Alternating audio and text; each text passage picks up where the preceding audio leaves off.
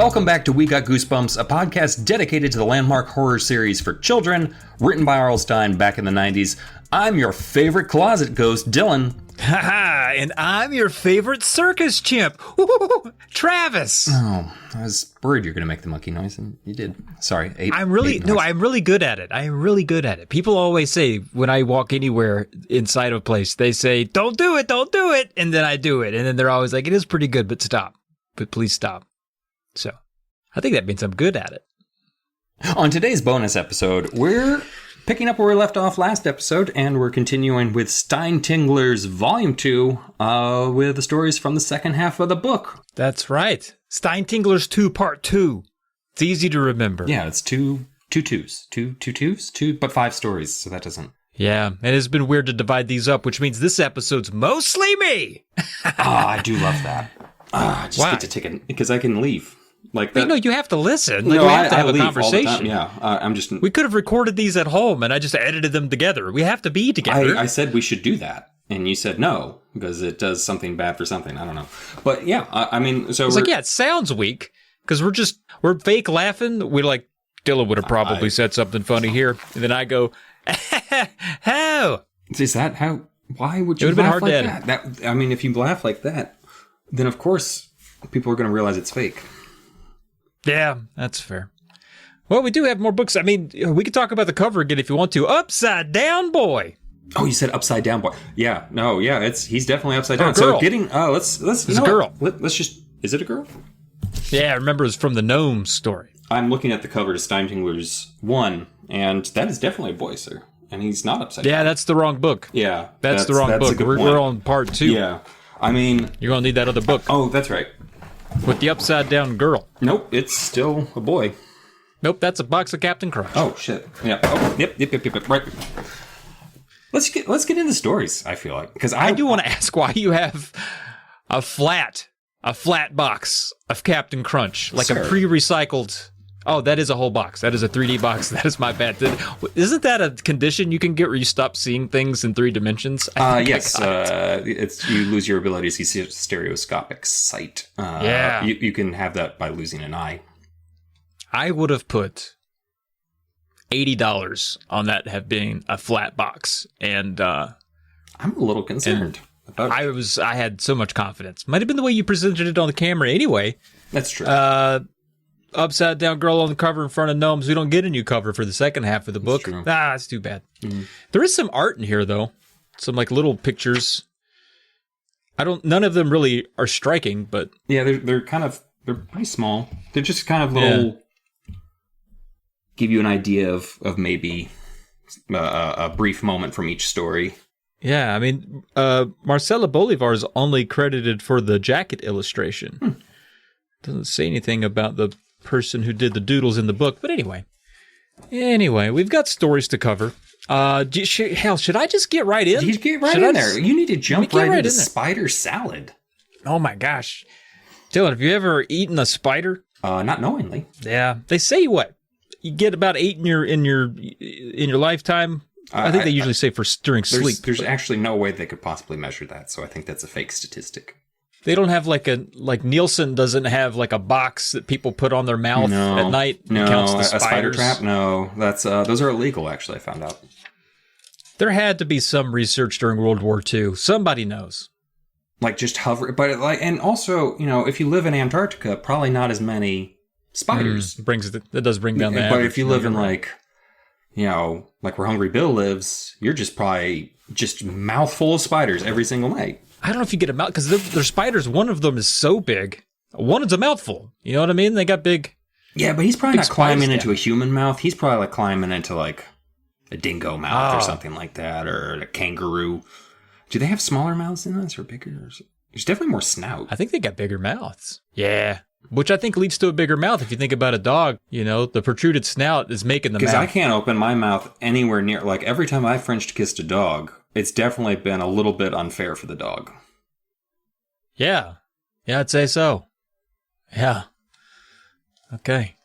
Spider salad. So, Van Siderman. If you're at home, you get it. That's close to Spider-Man, isn't it? Isn't it? It's real close. Cider Man? Cider man.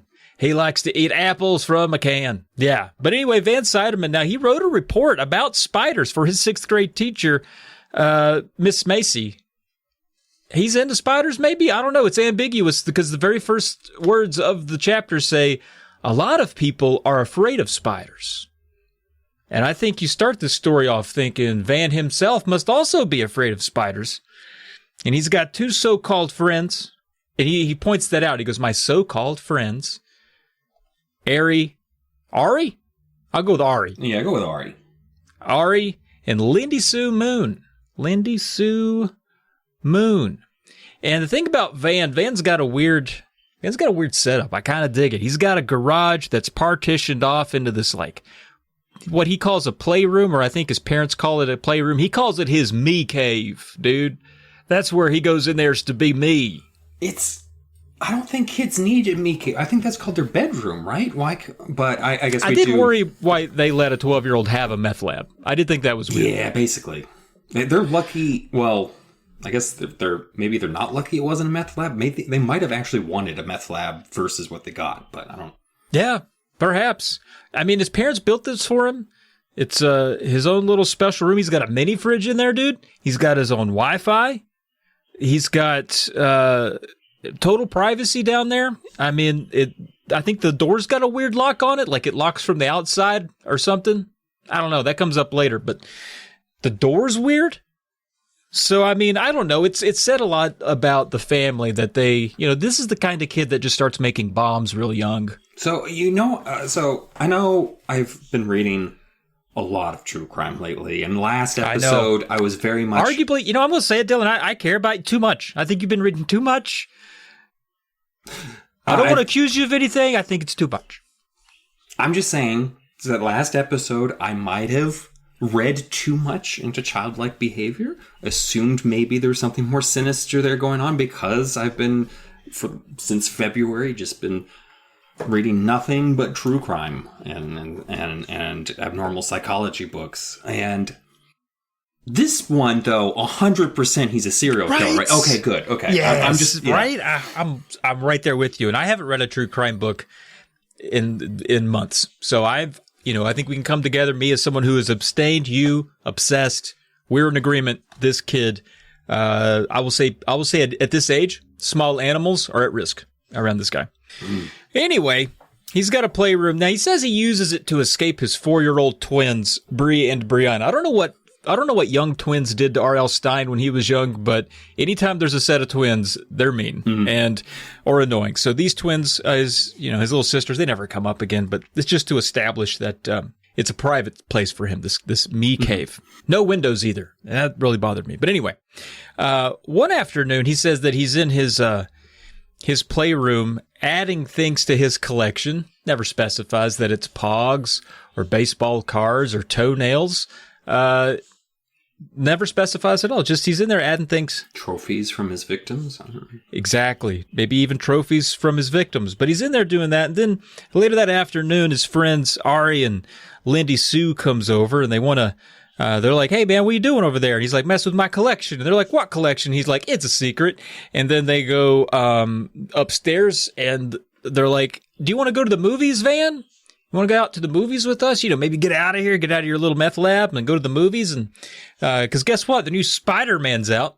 And Spider-Man, you're Cider-Man, Spider-Man, that'd be all right, wouldn't it? And Van, he's like, no, I'm not interested. I got a bit of a problem with spiders. Got a problem with them. Doesn't say he's scared of them or anything like that, but he says he's got a problem with spiders, as if spiders have been taking his lunch money.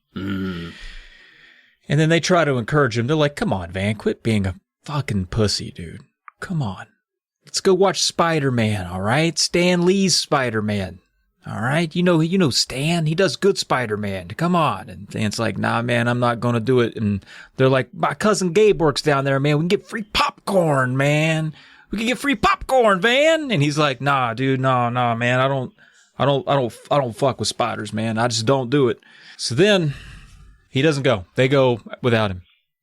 And then Saturday afternoon, he's in his playroom adding to his secret collection, which is the scariest sentence I've ever said on this podcast. You basically, this is like the goddamn toolbox killer. Like, what the, does he also have a tractor trailer out back that he's outfitted in a special way? Like, come on, man. There's something wrong here. He needs to see like several child psychology. He needs to be taken out of that home situation and put into a cellar and locked away for the rest of his life, because there's no 100%. There's no hope. There's no hope for a kid like this. There's no hope for a kid like this. He's gone. I failed to mention though before that the reason he decided not to go. His mom told his friends, they're like, guys, if you come over Saturday and play with my weird son, I'll make some pizza. How about that? Some homemade pizzas for the kids. And they were like, oh, that sounds great.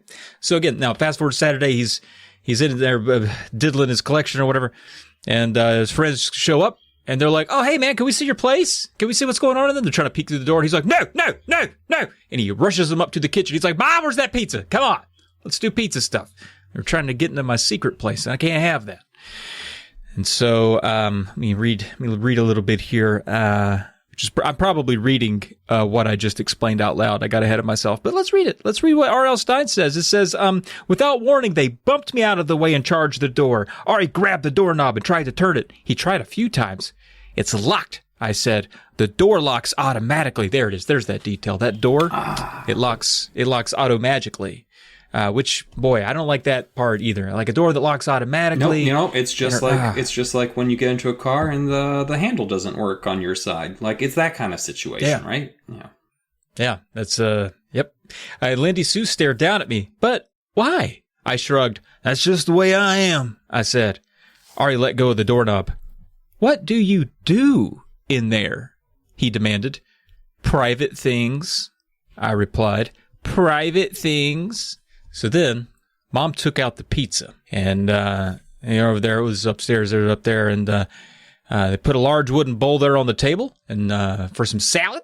Well, it's pizza and salad. It goes together like pizza and salad. And then she's, Ari, why don't you mix that for us if you're going to come over here and eat at my table? You'll participate in the preparing of our meals, And Ari's like, all right, fine. And he gets in there, starts mixing that old salad. He starts to get a strange smile on his face. Now, I've been, sometimes if I'm mixing a coleslaw or something, I'm doing it, maybe I use my hands a little bit. I get a little smile on my face. It feels good to kind of crunch it all between your fingers, like that kind of like cold feel, like the crunch and the cold. It's like, man, this is nice.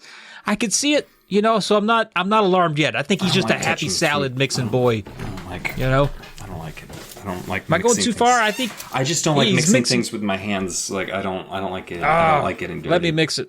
No. Let me mix it. And then Ari, as long as it's cold, I don't want to mix anything hot. Ugh.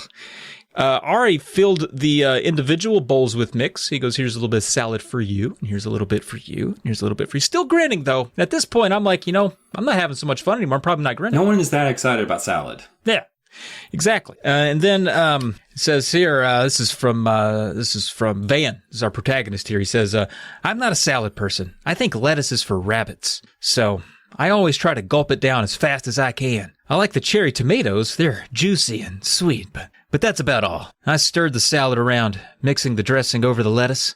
I dug the fork into the salad, started to raise a chunk to my mouth. I stopped, and I let out a cry. I said, ah! My fork went flying. I knocked the salad bowl over, lost my balance, and nearly toppled off my chair. I jumped to my feet. Spatter! I shouted. I pointed into the pile of lettuce I'd spilled on the table. Look at it! A spatter in the salad! The fat black spider was balancing itself on a slice of carrot. The spindly legs were covered in French dressing. Mom gasped, "That's impossible!" Ari and Lindy Sue both burst out laughing. They bumped fists over the table. Now I knew why they had been grinning. They added the spider to my salad. "It's not funny!" I shouted. I could have eaten it! That made them laugh again. And was that a smile on Mom's face? "Bye," I said. I knew I was making too big a deal, but I couldn't help it. I grabbed a slice of pizza off the cutting board and hurried to my me cave. I'm going to say... Back to the me cave. I'm going to say, we got a message from one of our folks on Twitter, Spongy, the editor. He had some of his reviews and stories, and he mentions that that the mom sucks in the story, and I despise the mom in the story. Like, you need to protect your child from his friends. Like, he's upset. He ran to his me cave immediately. Like, but the mom kind of takes their side the whole time. Like, it's weird. I'm going to say strike one for Mom, building a me cave. I think that's true. Yeah. That was rough. And then condoning eating spider torture? Are you kidding me right now? That's a little, also, yeah, like, don't throw live animals into the dinner, kids. Like, why is she supporting that too? That's weird. Kill them first. Kill the animals before you eat them. Always. I guess, you know, we're maybe seeing a bit of the home life that's leading to our little Jeffrey Dahmer, our little Gary, our little Theodore Robert. Are there? Is that Kennedy? I think I was going for Bundy. I don't know what Ted Kennedy. What about Ted Bundy? I don't know what his middle name is. But anyway, so Mom took out the pizza. Where are we at here? Filled it out. Top of the break. All right. Then Monday morning at school, Van still got that spider on his mind.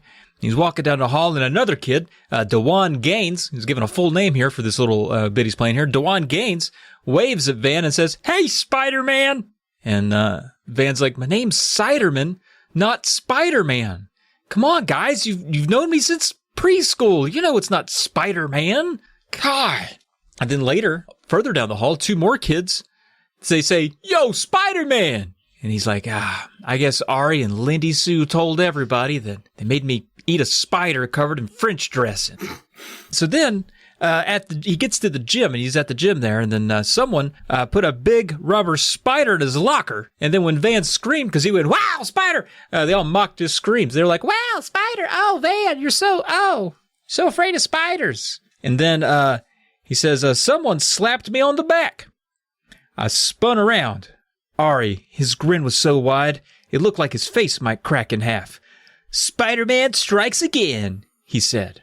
I decided to put an end to the spider stuff. I grabbed Ari by the shoulders and shoved him up against the lockers, shoved him hard, and held him there. His eyes went wide. "Hey, Van, it was just a joke." He squirmed a bit, but I didn't let go. You sounded just like Weird Al in Albuquerque.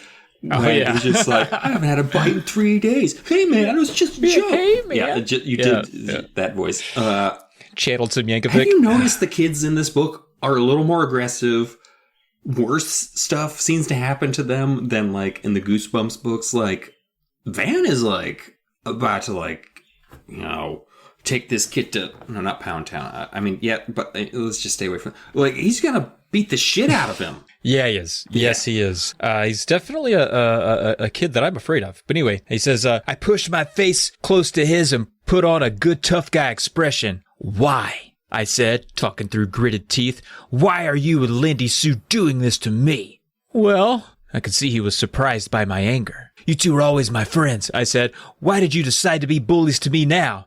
"We're not being bullies," he shouted. He pushed my hands away and rubbed his shoulders. "Seriously, we're not bullies," he said in a lower voice. Oh, I guess I should have said, "Seriously, we're not bullies," he said in a lower voice. "We're trying to help you." "Huh? Help me?" I cried. Oh, he cried. "Huh? Help me?" I cried. "How?" "Help you get over your fear of spiders," he said. Then the bell rang. We were the only ones in the locker room. "What makes you think I'm afraid of spiders?" I demanded. He shook his head. "Van, don't be afraid to admit it. Lindy Sue and I want to help you." I gazed at the huge rubber spider sitting in my gym locker. "Are you kidding me?" I said. "I'm supposed to believe that? You're both just having fun trying to scare me." He opened his mouth to reply, but Coach Melendez poked his head into the locker room and shouted to us, "Hey, you two, did you forget we have a volleyball game this morning? How would you both like to do 5 laps around the gym to warm up?" "Coming," Ari and I said in unison. The coach disappeared back to the gym. I picked up the rubber spider and heaved it across the room. I was all like, "Fuck rubber spiders." And then when he gets home, his twin sisters greet him with, "Spider-Man, Spider-Man." They have the same name. Like, that's not... They have the exact same name. I don't know why they're making fun of him. It's not the exact... One's Spider-Man, one's Cider-Man. No, I'm saying his sisters have the same name as he does. So, like, they're making fun of his name. It's like, you're also Spider-Man. So... That is... I guess that's true. So, STFU, little girls. Yeah. And then here's another opportunity where the mom is just bad. While Van is upset, he's like, "Mom, can you make them stop?" Because he's had a hard day. He's been picked on all day. Yeah. She goes, "Hey, Van, take a joke." and then he runs to his playroom. Yeah, his mom told him to take a joke.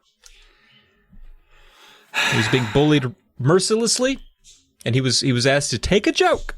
Yeah, like take a joke all day from everybody at school. It's just, I don't like the mom. Where's the dad in this situation? Oh, a lot of serial killers don't have a father figure, or at least a positive father figure in their lives. I'm just pointing that out. It's true.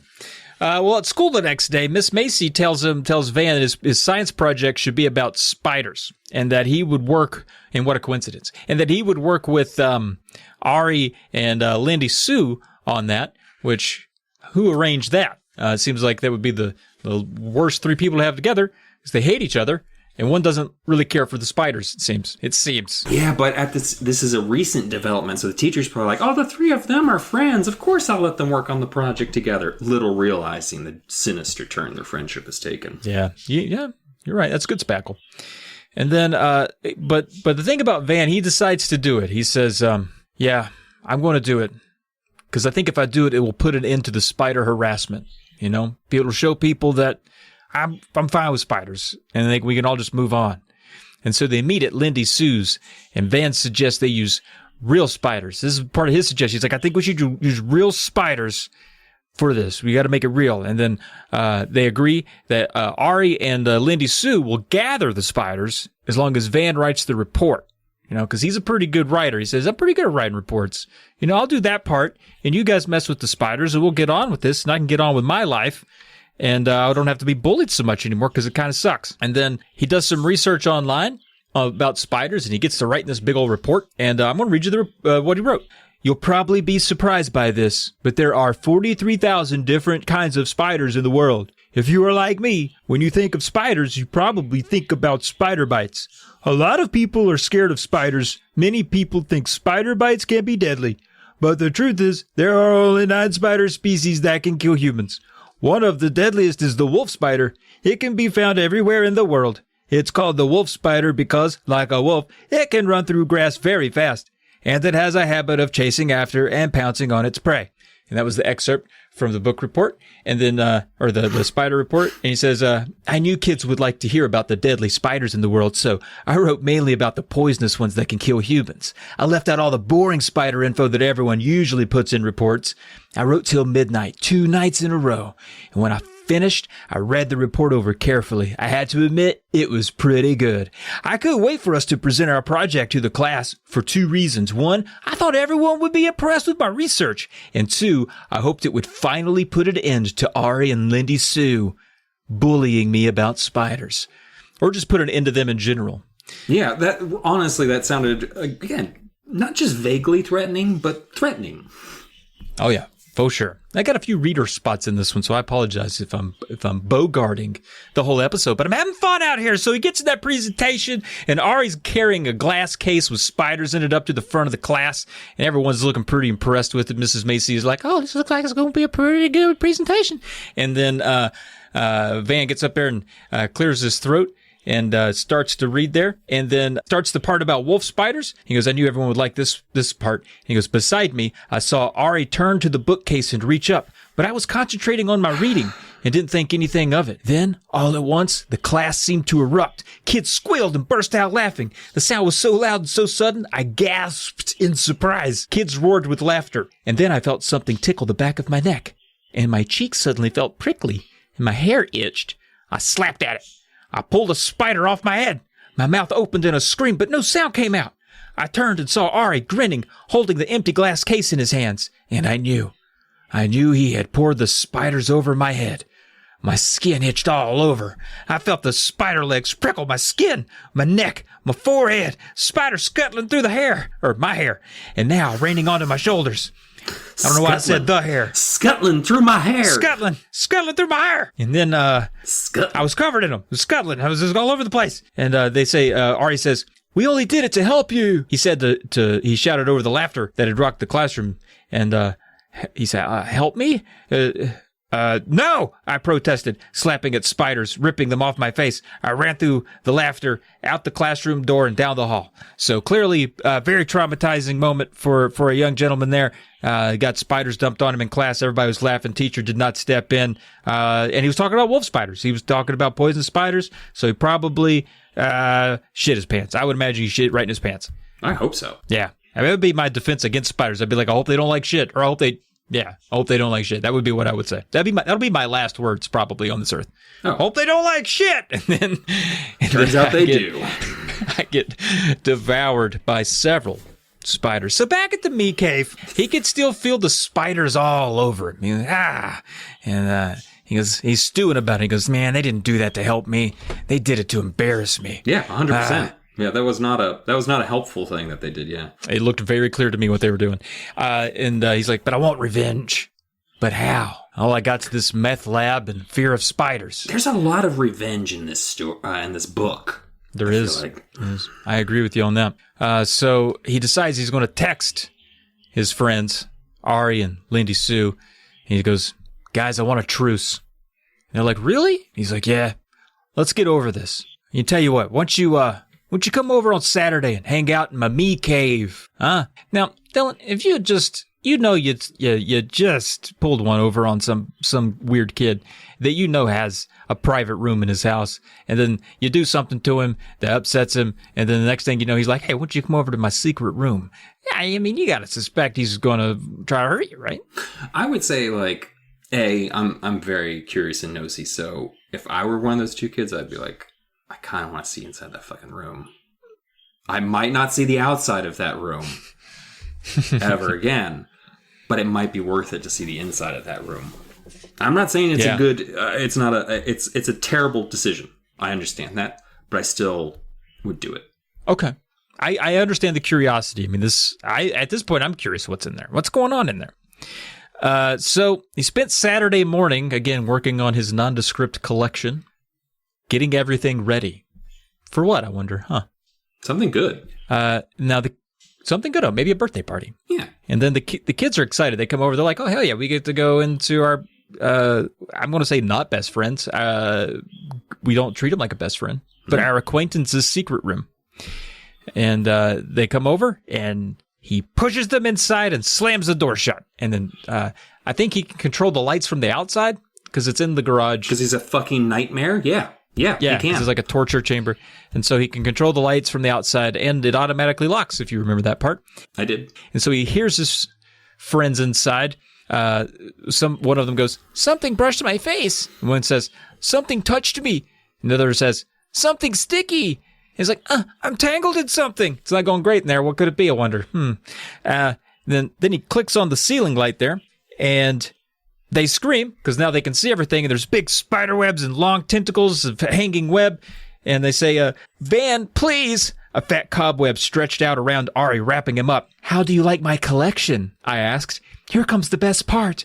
I raised my eyes as the spiders came sliding down on their slender threads, hundreds of them. My special collection, sliding down to greet the new arrivals, spiders thick as rain. No, please, let us go. They both struggled and squirmed. The webs wrapped around them. The spiders rained down. As I watched, they both started to spin. They shot out their arms and spun harder, faster, like two tops. They uttered cries as they broke free. They burst out of the garage and ran screaming down the driveway. I watched them run down the streets, screaming the whole way. I could still hear them 2 blocks away. Well, guys, now you know my secret, I said. You know my thing about spiders. You had it all wrong. I'm not scared of spiders. I like them too much. And then he burst into a cloud of spiders, and his mom gave him pizza. Ooh. Probably, but the end. Yeah. So what'd you think of the spider salad? Oh, I quite enjoyed it. I thought it was a fun ride. I liked that the kid was just kind of a menace from the beginning. Everybody was a little weird in this one. I like when everybody's a little weird. Keeps me on my toes. Yeah, like it kind of felt like Slappy, or Night of the Living Dummy, where like there's something clearly wrong in this household with these 2 twin girls. Like even when the main character is a twin, she's evil. Yeah, right? It's wild. He hates twins. It's proven fact. I'm just gonna say this now. Second half, way stronger than the first half. Yeah, I think so. I agree with you. And to that point, I'd like to tell you guys a little story I like to call The Ghost in the Wall. Oh. And by tell you, I mean it's another So one of the short R.L. stories. Stein, from the book that we're currently reading from. This isn't like an original. So we got a kid named Joe. No last names in this one, which I was very grateful about. But Joe moving into a new house because it's like at least if one child isn't moving from one house to another house, and I get it, there's lots of opportunities to tell stories in a moving story, but like, come on. So Joe apparently has a thing about ghosts, as all these kids do, where he's just like, Mama, I'm glad we've moved out of the ghost house, but, ghosts can follow you. And his mom's just like, are you fucking... We moved, and we still have to hear about the haunted house? Like, this is a brand new house. New construction. No one's died here. There's no ghosts, all right? Like, we moved and left the old ghost behind, and we need you to leave all the ghost talk behind. Guess what? That is not what happens. Joe does not leave the ghost behind. Yeah. I'm also noticing that there seems to be like more wealthy children, or at least better off children in these books, because like this kid, his parents are just like, okay, we wanted you to help us unpack, but get the fuck out of here, because if we have to hear one more ghost thing, we're going to kill you and put you in these boxes. And we're like, oh, we don't know where Joe went. He just disappeared. And then 10 years later, please find the body in the basement. So they're like, why don't you all work on your comic book? And it turns out Joe's got a comic book that he likes to, and he draws. I also drew several comic books as a child that were not well drawn because I drew them. And his character, though, is called Stormy Weather. What'd you think about that? You're a comics fan. The Stormy Weather, is that cool? I mean, what's funny is the character's name is Stormy Weather, spelled W-T-H-E-R.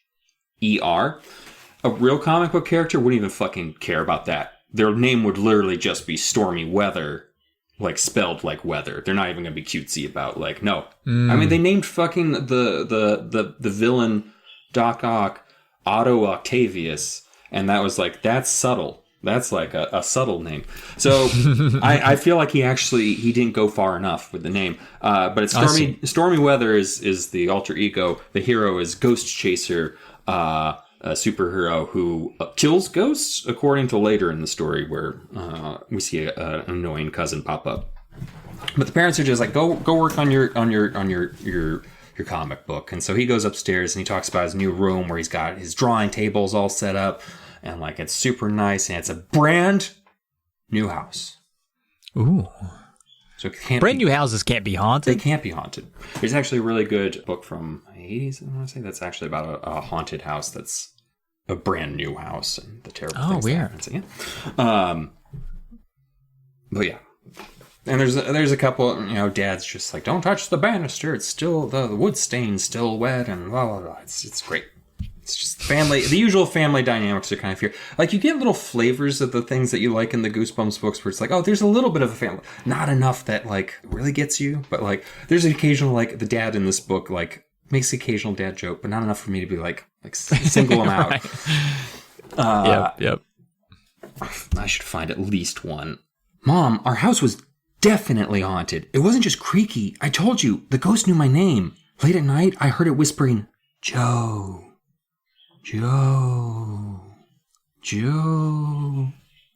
That was me, Dad said. He walked into the room carrying a tall table lamp. He set it down on the floor beside the couch. I talk in my sleep. It's like, just ask your mother. It's like, ew. But you say Joe in your sleep? Yeah, ew. What? What? So, yeah, his son's name, I guess. But it was a gag. It was a gag. It's a dad joke. We're moving along. Dad joke. Yeah, dad joke. Yeah. But he can't concentrate. He's trying to draw like his ghost stories or whatever. He starts looking around his new room, goes into the closet, tries to turn on the light, but the light won't come on. And he says something where it's just like, I wonder if there's no bulb in there. I guess it could have like a thing over it to cover it, and you can't see if there's a bulb or not in there. But like every closet I've been in has had like a bare bulb situation. You turn it on. Bare bulb situation. Yeah. So this kid's just stupid. He's looking at an empty light socket, being like, I wonder if there's a bulb in there. But I mean, I don't know if I'd cast stones, Dylan, like literally 4 minutes before we started recording this podcast. Okay, listen, we don't have to talk about the things that happen off the record. But yes, I did spend a significant amount of time trying to find a light bulb for a lamp that I had just unplugged. Just to get that out. It left me in the dark for a minute. Fuck, Jesus. Well, we can tell which of the two of us is a dad. And which of the two of us made sure that would never happen. So grim. Hey, man. Jesus. Jeez. So, but he can't focus on his drawing because he's just so excited about everything. So he actually goes back downstairs to help his parents unpack, which is just insane to me. He was a super nice kid, I guess, or whatever he was. Yeah, was. Operative term. So, and he goes to sleep that night, and he's still like so excited, and he thinks that he can hear the ghost, and he realizes it's so quiet in the house that he can just hear the refrigerator running. Like, that's how quiet that. There's no creaks and groans and stuff. But then all of a sudden, in the dead of night, do you ever think that like it's actually like 3 a.m. in the morning, or do you think that since they're kids, it's just like it was super late? It was like 10 p.m. Yeah, I was actually going to say 9:30. Yeah, because the parents are still up. But anyway, whoa! And then a huge crash noise. And like Joe is just like, there's only two things that make those noises: ghosts and other ghosts. And he runs downstairs. His parents are downstairs. Posters like falling off the wall, which confused me at first. And it's like, oh, they probably framed their posters, unlike me, where I just tape them to the wall until they get crappier and crappier and throw them away. The difference between 80s and 90s kids and these kids that can afford to go to Michael's. Yeah. And get the pre-made posters or even the custom frame. I just can't even. Goddamn. But Joe's, of course, like, it's a ghost. And the dad's just like, it's an improper wall hanging. Like, calm down. But I do feel like this, maybe the ghost stuff in the last house had reached like, kind of like, do we need to take him to therapy? Kind of like the kid in Piano Lessons Can Be Murder, who was just, like, Mom, there's a ghost. It's like, oh, Dad knows what that is. That's just unresolved trauma for when... Never mind. Jesus Christ, I was about to give another edible moment.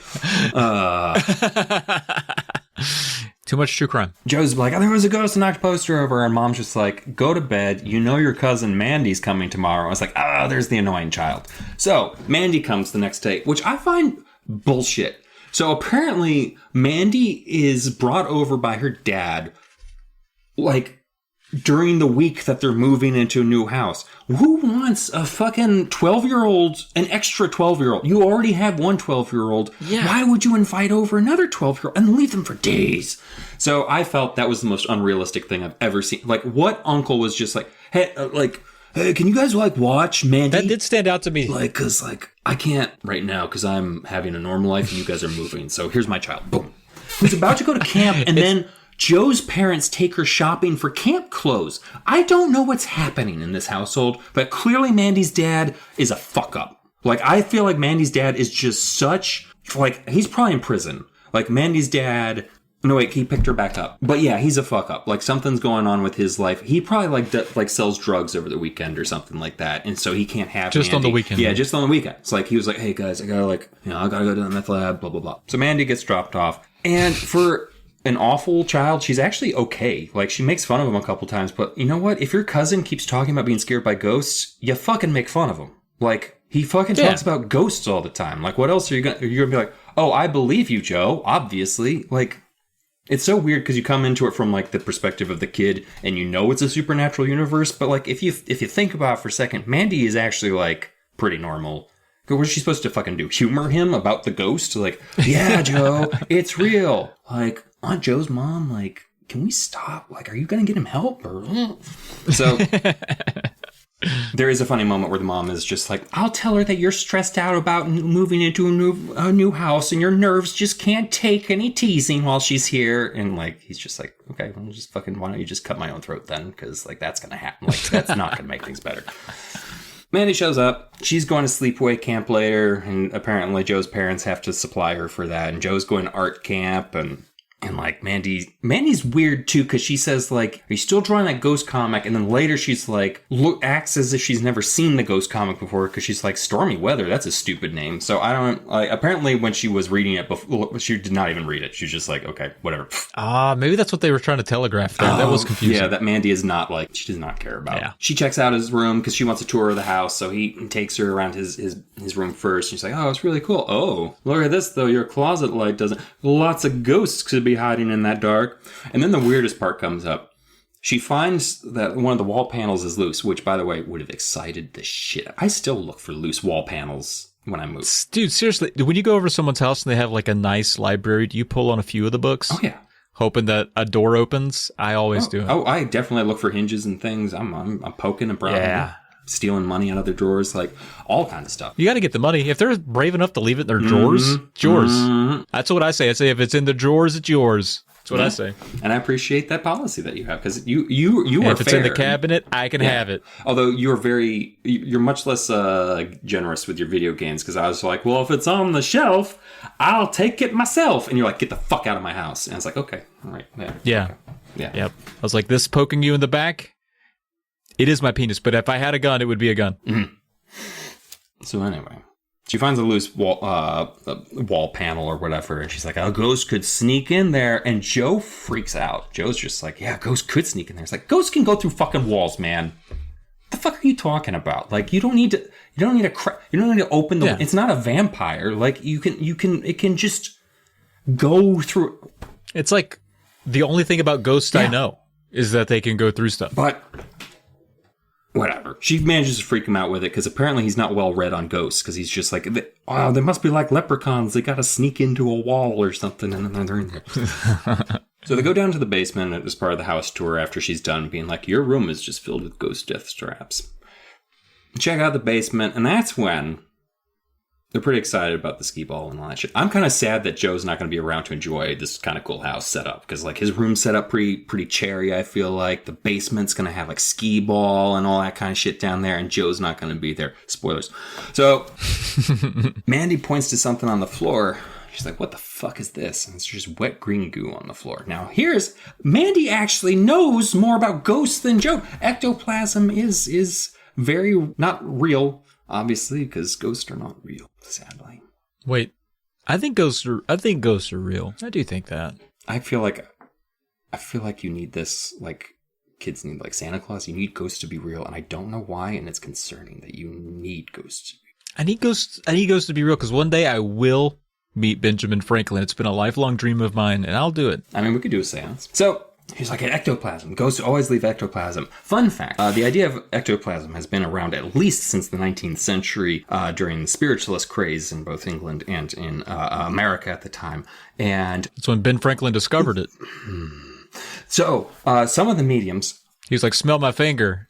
And they were like, "Why? What's on it?" And he goes, "This is ghost." They used to call it ghostoplasm. That's what he first called it. There's ghostoplasm. So it was in an old game of smell my finger. So at least one of the mediums, who was a woman, used to use her what many people refer to as nature's pocket to tuck away ectoplasm, and then during a seance would remove it from her not from her undergarments, from within, and then there'd be ectoplasm.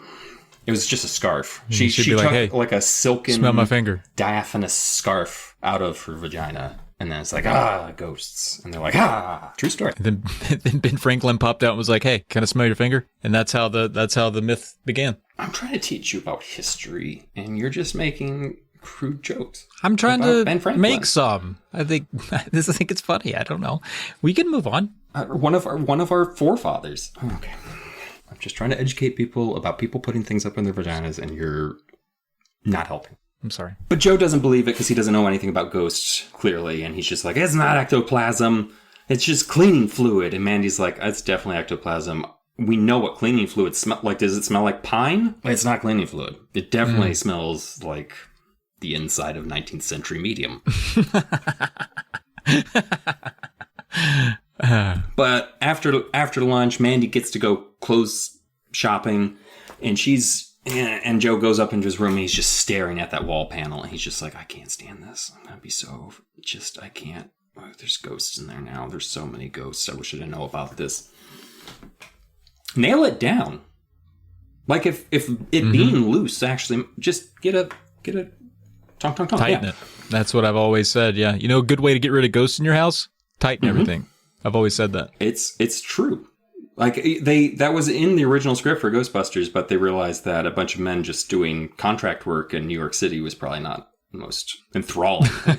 But I mean, I guess they still were doing contractor. Yeah, they kind of were. Yeah. They go to a carnival. At least they're doing something fun. It's not all just like getting Mandy ready for camping, but they go to a carnival, having a lot of fun. Mandy's like, let's go to a haunted house. And Joe's just like, I'm chicken shit, remember? She's like, oh, that's a fair point. How about the House of Mirrors? And he's just like, okay, I could probably handle that. Turns out he can't. They go into the Hall of Mirrors, and somehow it's described as a corridor that moves in a circle. He loses Mandy. I'm going to state this again. Oh, is it one of those, like, you're walking on, like, the bridge and it's spinning around you No, think? It sounds like it's just a hallway of mirrors that wraps around in a circle, and you come out the other end. I see. Because he says, the 2 rows of mirrors seem to go on forever. Mandy and I step, blah, blah, blah, blah. We follow the row of mirrors as they curved in a circle. Oh, okay. Huh. But he somehow loses her in what's basically just a hallway.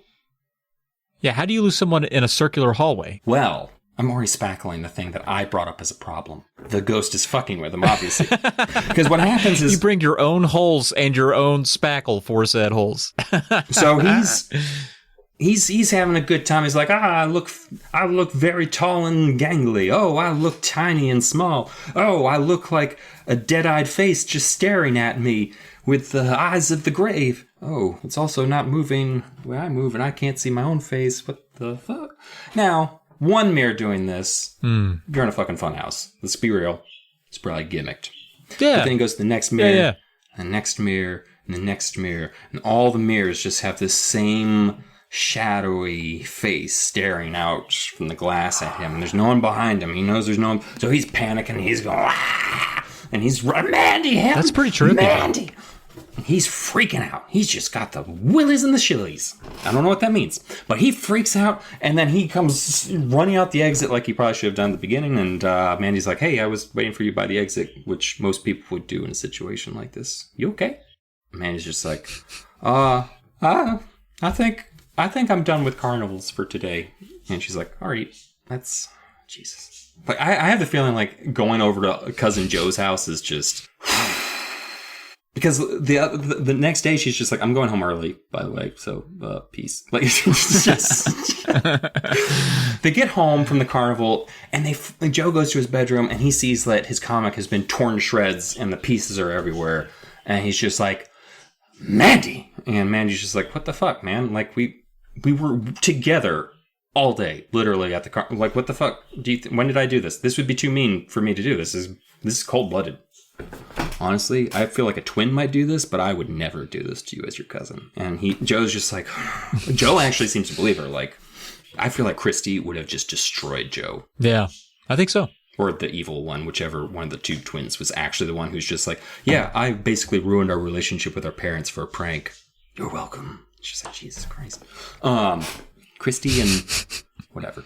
So they're like, we'll sleep on it and we'll figure it out tomorrow. It's like, I don't think there's much to figure out. Like, there's clearly like an intruder in your house who just decided to target your child. You should probably check the basement or something. I don't know. But now Joe's like really freaking out because he's just, first the Hall of Mirrors, this drawing gets torn. He's just, it really is starting to seem like there might be a ghost situation. And then in the middle of the night he hears, Joe.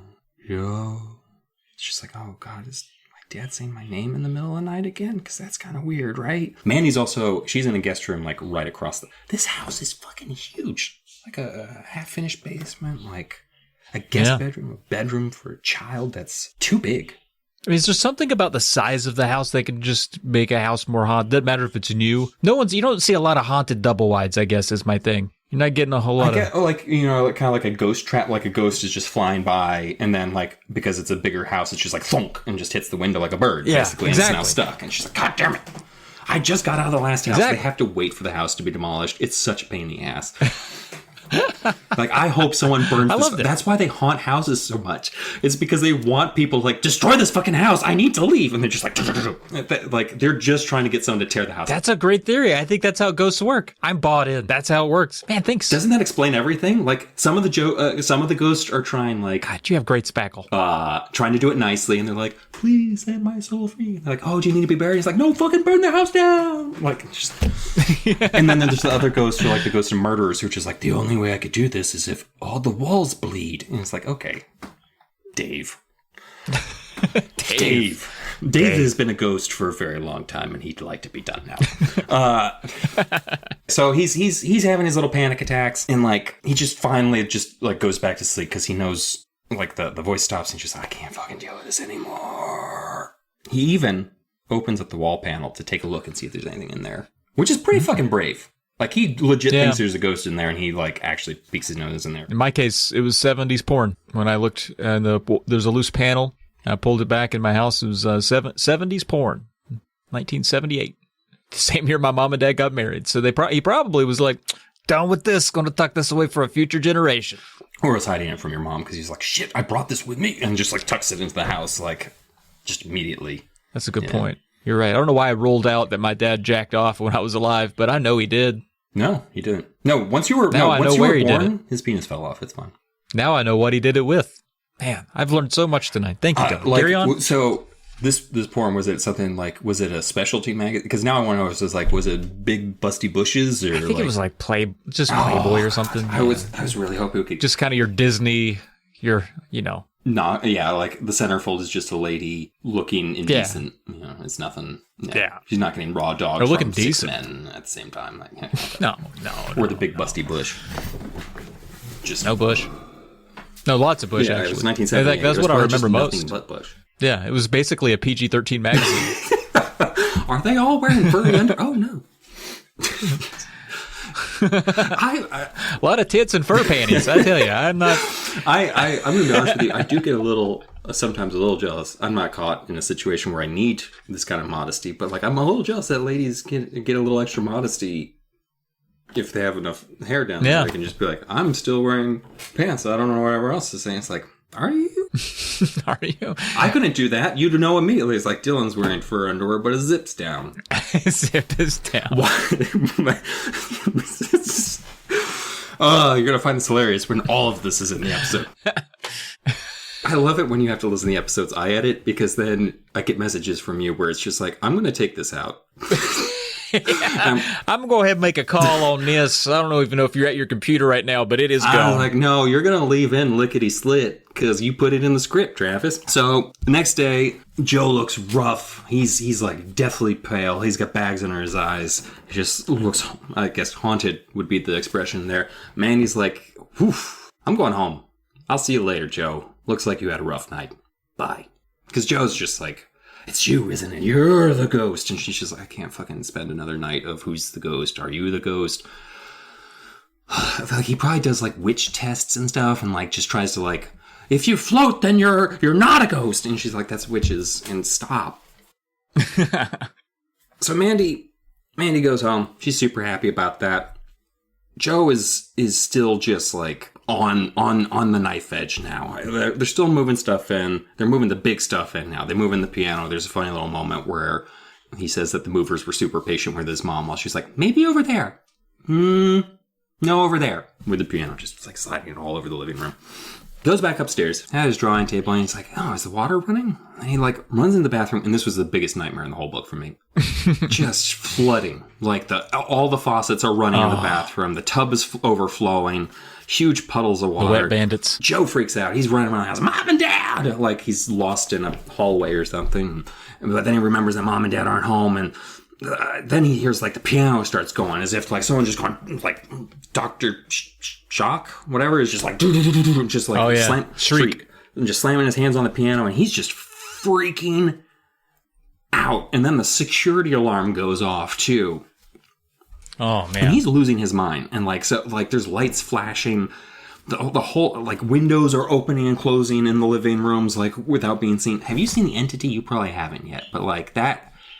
We talked about it on Split Up, actually. It's an it's a pretty hard movie to watch because it's basically like, well, if a woman was constantly being attacked and abused by an entity, but no one believes her and thinks she's crazy, but she's actually being sexually assaulted by an invisible force, it's harrowing. But there's a scene where she's like hiding at her friend's house and like it just goes ballistic and like just starts shutting windows and blowing out the windows and stuff. And that kind of reminds me of this scene. Oh shit. He's trying to get away from the noise and he runs up to his room and the door slams shut and he's locked in there. And there's a glowing green light in the wall and he just starts losing his shit at this glowing green light because he's like, that's the ghost. Because the ectoplasm, I believe Mandy now. What do you want? I screamed. I know you're in there. What do you want? I pounded till my fists hurt. Why are you haunting me? I'll tell you why. A voice replied, a crackling, dry voice from inside the wall. I started to choke. Stopped pounding and staggered back. Well, why are you haunting me? I stammered. Because it's your turn. The ghost answered. Huh? My turn to do what? I cried. Your turn behind the wall, Joe. I've haunted you for years. Now it's your turn. But, I sputtered. But I'm not a ghost. Yes, you are, the crackling voice replied. Your parents, they're afraid to tell you, but you are a ghost, Joe, and it's your turn. No, I cried. No, you're lying. I felt an invisible hand grab my shoulder. Tightened till I screamed. The loose panel slid open. I was pulled behind it, pulled into the wall. The panel slid shut. I'm the ghost in the wall. But what do I do now? I cried. Who do I haunt? Joe, calm down, the ghost whispered. Just think of all the fun you'll have the next time Mandy comes to visit. Yeah. That kid's There's dead. so many dead children in this book. That's a dead kid. I like how R.L. Stine, once he's let off the leash, is just like, just one after the other. He's like, is anybody reading these? They're not, because I did do a Sabrina Selena switch halfway through a story once and no one noticed. I'm going to kill kids in the last half of the book, left, right, center. But yeah, I thought that one was pretty trippy. I thought it was kind of goofy, but it was trippy. It sort of reminded me of the whole one from the last book in terms of just like, where did we just go? But no, I like this is definitely one where there's just enough not explained, where if there was slightly more explanation, I'd probably hate it. If there's slightly less explanation, or it made even less sense than it already does, because it doesn't make a whole lot of sense. Is the ghost lying to him? It's like, I don't know, maybe the ghost is lying to him. Like, the fact that we get all the information from the villain at the end doesn't really help us figure out what's true and what's not. But Joe's a ghost now, because he's fucking dead. Also, this literally, it's the same story as the haunted car. Kind of, it was reminded me of that. But I mean, how many scary premises can you come up with for kids? I mean, that's... I mean, the same ending, different way to get there. There's some good imagery in here, though. I thought some of this was neat. I got some good chills in there. I got a story for you, Dylan. This one is upsetting. Is it? Kind of, but then also fun. I mean, this one's upsetting for the reason I find all of them upsetting, which is that we're looking at the psyche of a small serial killer. But again, in this case, I think I'm correct. Definitely a bit of antisocial personality disorder in this one. Anyway, this one's called The Thief, and it was motivated by, R.L. Stine. He went to the beach recently, it seemed like. He had some friends. He went to one of their private islands on his private Goosebumps jet, goosebumped on down somewhere. They went out to the beach out there, and he said he saw some turtle eggs. He got to see some turtle eggs, got to see the hatchings on the beach. It's a big deal. And he wondered what scary things could happen if you stole one and took it home. Aside from just unending regret for having been a shitty person and stealing an egg of a turtle, what else could happen? Yeah, stealing a sea turtle egg is kind of fucked up. I do have a story I will quickly relate to you. I was at my my grandparents' place in Western Virginia, not West Virginia, but Western Virginia, and I saw what looked like a kind of pod or something, and I clipped it off the bush I found it on and put it in my pocket and kind of forgot about it. Uh-oh. I think I showed it to my dad while he was out smoking, and somehow it ended up in his pocket. Wait, how old were you? High school. Okay. So we get back home later in the night on Sunday night, hear a hollering from my parents' bedroom. Go in there. it was a praying mantis egg sac. And they don't just lay like one big egg and then the praying mantis comes out. They lay hundreds of eggs. So their bedroom is filled with tiny baby praying mantises. About, I want to say, less, like maybe a quarter of an inch tall. Adorable. If there weren't hundreds of them. I spent, I want to say, an hour to 90 minutes with my parents scooping up baby praying mantises because, like, you don't want to, they're praying mantises. You don't want to kill. You try not to hurt them, yeah. So just, yeah. Did you get them all? Were you finding them for a while? I think we got, well, they found the source of the problem because I think there was still a lot more waiting to come out, and my parents were like, get the fucking outside. Oh, my God. But, yeah. Dude. Now they had to have nightmares about that for you. You traumatized those poor folks. Yeah, it's fine. All right, you can continue with our Stinetingler. All right. Back to your regularly scheduled programming. Thanks for that story. That was great. I do not want to wake up to several bugs all over me. But anyway, we're going to meet Carlo. Carlo, he has a mom. His mom's name is Fran Boyle. In fact, she's Dr. Fran Boyle. She's a science freak. She loves science. And she greeted, the story starts with, Mom walked into my room with a big smile on her face. I'm like, oh, she might have made me a peanut butter and jelly to start the day or something like that. No, even better than that. She can't wait to show him something. She's going to take him down to the beach, show him some turtles hatching. Because she studies beach critters. That's her thing. And they're going to head on down to Nantucket Sound, it sounds like exactly where Dylan's studio is located. Are you in Nantucket Sound? No, I'm not in Nantucket Sound. That would be down at the Cape. Is that a real place? Nantucket? I don't know if Nantucket Sound is a real place. I feel like there's huge odds that there is a Nantucket Sound because you just need a sound near Nantucket. But I'm not actually, I've never been to the Cape, believe it or not. In the 14 years that I've lived in Boston, I've never been down to the Cape. Get up to that Cape. How far away is it? Well, if you want to get all the way down to the Button Hook, where Provincetown is, that's that would be very, very long. I mean, going down the Cape would probably be like 2 hours to get like onto it proper. Because it's a big long. Well, I could take the ferry also. We're gonna move on because this is getting tedious. Me talking about roots. Indeed. So Carlo's like, wow, that sounds amazing. About going to go see those turtles. I raised the iPhone. I raised the iPhone I'd been scrolling through. When the turtles hatch, I'll make a video of it and share it in school. Mom blinked. Where did you get that phone? I borrowed it from my friend Steven, I answered. He said I could have it for a few days. I'm learning how to do movie trailers on this app called iMovie. Mom gazed at the phone. He loaned you his phone. Carlo, is that true? You didn't just take it, did you? No way, I said. I'm not doing that anymore. I swear. She studied the phone in my hand for another long moment. Then she turned and started from the room. Mom, can I invite Kira to come watch the turtle hatching too? So as Mom moved on from that, she had every right to be suspicious. Why would a kid... No kid's letting another kid borrow his iPhone. Come on. Yeah. That's never going to happen.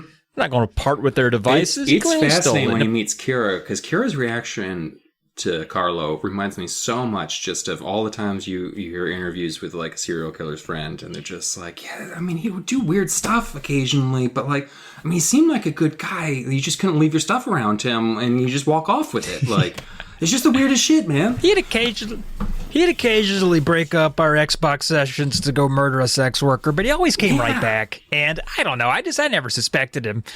Yeah. That is how it goes. But anyway, Carlo, he asks if he can invite his neighborhood friend Kira along for this turtle hatching journey. And the next night, sure enough, Kira is there. And Mom's going to take him down to Nantucket Sound, which should be a country song. Too bad it isn't. Kira, while they're up there getting ready to go, Kira's up in Carlo's room, and she spies a phone there on Carlo's dresser. And Carlo, man, he's old to his story. He's like, I borrowed this phone. I borrowed it, I'm practicing iMovie so we can make our own sci-fi movies together. In fact, tonight I'm going to make a turtle movie with this phone. Matter of fact, I'm going to make a turtle movie when we go look at those turtles. And then Kira's like, okay, whatever, weirdo. And she's looking around. She finds a familiar book in his room. And she goes, is this my book? Is this right here my book? This looks like my book. And it was. He had taken it, but he said, I thought you were done with it. Which is, that's, maybe it's fair, if, let's come in my house, take all my video games. Like, I thought you were done with them, but I didn't know. It's on your shelf. Help yourself. That's right. Get out of my house. Well, they get to the beach. There's lots of people there. Everyone's trying to be quiet. They're trying to sneak around. You can't disturb those turtles. Turtles are a weird thing here, Dylan. They kind of closely related to dinosaurs in some way. Very, a creature that's been around for a while. But so fragile with the hatching. I mean, you just shine a flashlight and they're like, oh, we're going to die. We're not good at turtling anymore. What happened? So. Oh, you saw that same post on Facebook too, huh? Is that a Facebook post? Yeah, it's definitely like one of those ones. Don't shine your flashlight on the turtles because then they can't find their way by night anymore because you blinded them for the rest of their lives, so they'll die. I feel like my approach was funnier than what you said, but okay. But I mean, it's a real thing. I did actually appreciate that R.L. Stein included you shouldn't shine lights on turtles in the story. Yeah, it is. Please, kids out there, don't do that because they are fragile, stupid creatures. But you know what's funny is male sea turtles, once they leave land, never return to it. I wonder if it's because they can't find it because they're so stupid. They don't need to. The only time female sea turtles come back is to lay their eggs. So. I see. So male sea turtles, once they leave the beach, they never touch it again. I feel like they should cut out the beach middleman and just figure out a way to hatch their eggs in the water. I mean, you should probably brought that up like at least a few million years ago. Like, I feel like now, great idea. Hindsight's 2020, right? Sure. All right, well, they're at the beach, lots of people sneaking around. There's hundreds of eggs, full moon's out, which is great. They could see it a little bit better. And Kira, once again, she's got this phone on her mind. She's like, something's not right about that. And I know Carlo, Carlo, what about that phone? He's like, I borrowed it from Steven. I look sad. And she says, that's weird, because the other day Steven was looking for his phone. Typically, people let you borrow something, they don't continue to look for it because they know where it is. She's like, he was crying. He was like super upset because his dad is going to beat him. Like, right. What, a $400 phone? Dad, who would trust an iPhone with a child? But people do that, don't they? They do. They do. So they're having this kind of whispery conversation like, where'd you get the phone? I borrowed the phone from Steven. Well, Steven was looking for it. He's like, what the hell? And then Mom distracts the conversation, and she's like pointing at the eggs like, kids, the eggs. We came for the eggs. Look at the eggs, Carlo. And so they do. The eggs are hatching, and Carlo is like, oh, I'm going to get me some good footage. I got my iPhone, which I apparently got a passcode for. So it's easy peasy. I'm going to run up and get some good video. And he does, and the turtle's hatched. And he gets a video. He puts the phone back in his pocket, and he says, thanks, Mom. Thanks for letting me see this. And they all get in the car and they go home. And that was the end of the turtle adventure. I thought there'd be more to it, but that was it. And then they get home there, and Mom's like, all right, let's make some popcorn. That was great, because Mom, she's a science freak, science nerd. That was the best night of her life. She's going to cool down with a little bit of popcorn. She's got some popcorn popping, and they're going to watch this video that Carlo took on that iPhone that may or may not be stolen. And then up in his room, they're waiting up there for that popcorn to pop. Can't be too close to it while it's popping. Got to be upstairs. Might be stovetop. I don't know. But up in his room there, Kira is like, why are you still wearing your coat there? We're back inside. We were just at a beach. Take your coat off. Don't be weird. And he pulls out an egg. And he goes, look what fell into my pocket. What a bastard. What a bastard. And it was at that moment I knew that I did not like Carlo. I feel like all 5 of these kids in the last 5 stories are some just type of fucking anti-sociopathy personality. Like, this kid is George Russell, all right? I don't say that lightly. That's a serial killer you read about. George Russell operated out of Los Angeles, Seattle. Right? Seattle. Well, not really Seattle, a small island city and just parts of Seattle. Maybe also Vancouver. But he wasn't a big killer. He was more of a raper, but he killed 3 women. But perpetual thief, constantly taking things, lying about it, being like, oh, I'm sorry, but just all down the line. Little George Russell right here. Yeah, George Russell, known for his thievery and other acts. I guess Joe was just kind of annoying. He wasn't a problem. It's going to really smell up the inside of that wall, though, when he starts decomposing. Just like George Russell. All the stealing and stuff. Kira gasped when she sees the egg, as anybody would. She was like, her mouth dropped open. Oh no, Carlo, you didn't. You stole a turtle egg? It's not stealing, I said. No one owns them. I cradled the egg between my hands. But, Kira sputtered. I took the biggest egg I could see, I said. But why? She demanded. You promised you would stop taking things, Carlo. You promised. I'm going to make a video when it hatches, for extra credit. Kira shook her head. But if your mother finds out, she won't, I said. I'm going to hatch the egg in the bathtub, in the guest bathroom, at the end of the hall. No one ever goes in there.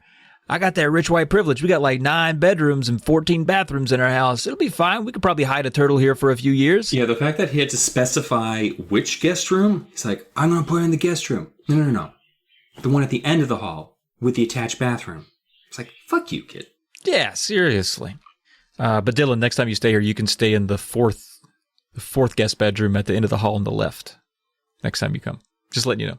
I feel like if I was going to purchase your basement as a condo in Boston, it would cost 5 times as much as your entire house does, which is no, that's true. That's true now. Yeah.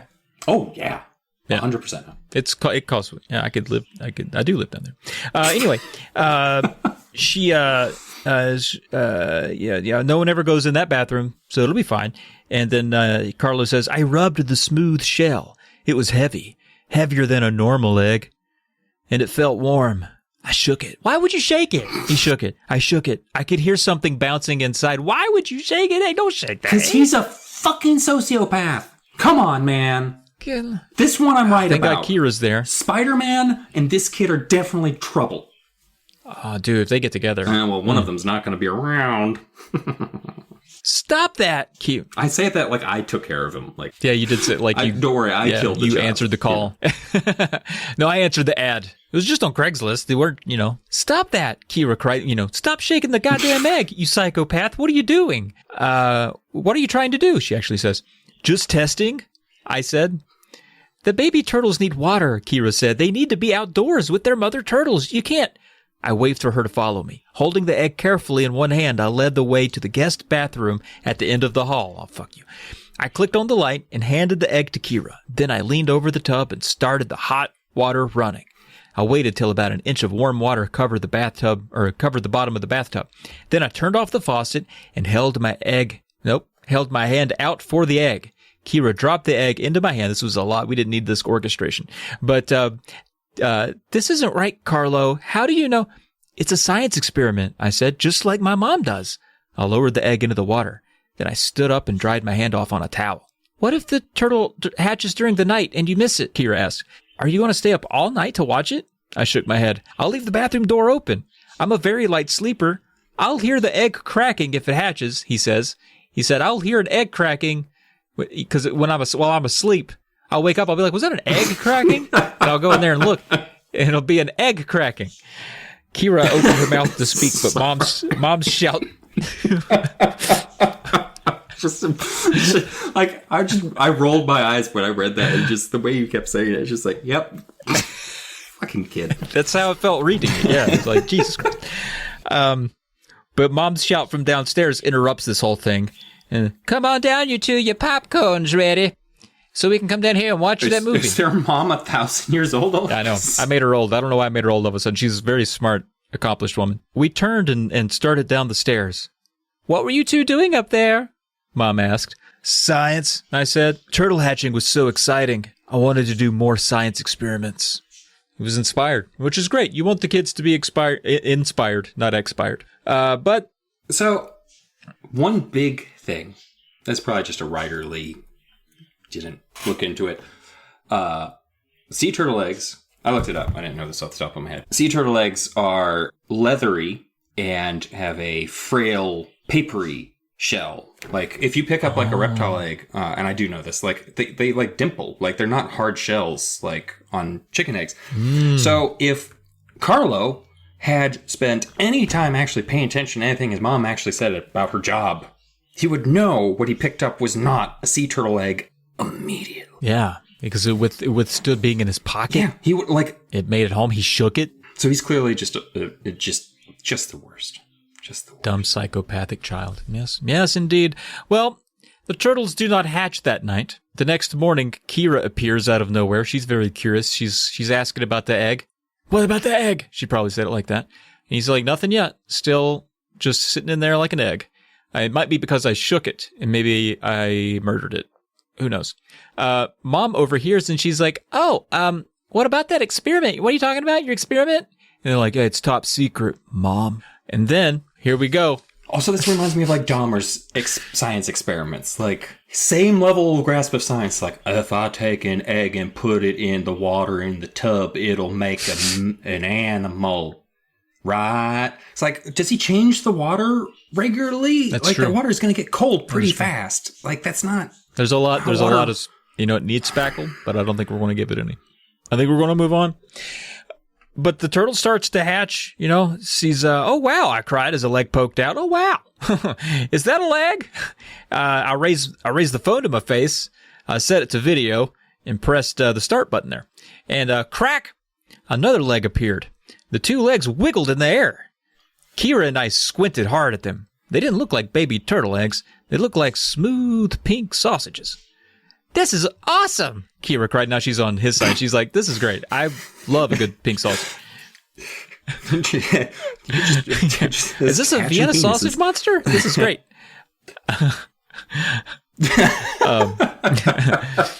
Then the egg rocked hard, is what it says there, and it bounced in the water, and the whole shell fell away. Kira and I both screamed, ah! A small creature splashed up and down. It had 6 pale pink sausage legs, a round body like an octopus, 3 black dots for eyes, 2 slender antennae, and a partridge in it had two antennae on top of its head. Oh no! Kira wailed, her eyes bulging. Carlo, it's not a turtle. Confirmed, not a turtle. They only have no sausage legs. She jumped to her feet.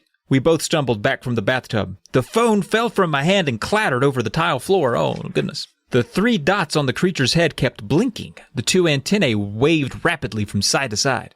It had a tiny slit of a mouth, and the mouth kept opening and closing, making wet, slurping sounds. The 6 legs splashed water against the side of the tub. They stretched from the octopus-shaped body, which pulsed in and out. This gets vaguely erotic. I don't believe it. I don't believe it. Kira had her hands pressed against her cheeks. She kept repeating that over and over, her eyes bulging, still bulging. They continued to bulge from her head. Believe it, I said. I leaned closer to the tub. What's all over its body? I squinted hard. He keeps squinting. He's squinting even harder now. You can barely see. I think they're suction cups, I stammered. That's what they look like. Little suction cups all over it. The creature made a groaning sound because it was like, what are you trying to say? It was like, as it stretched its body and legs across the water. How did it fit in that little egg? Or is it growing before our eyes? It was already bigger than a hamster or a chipmunk.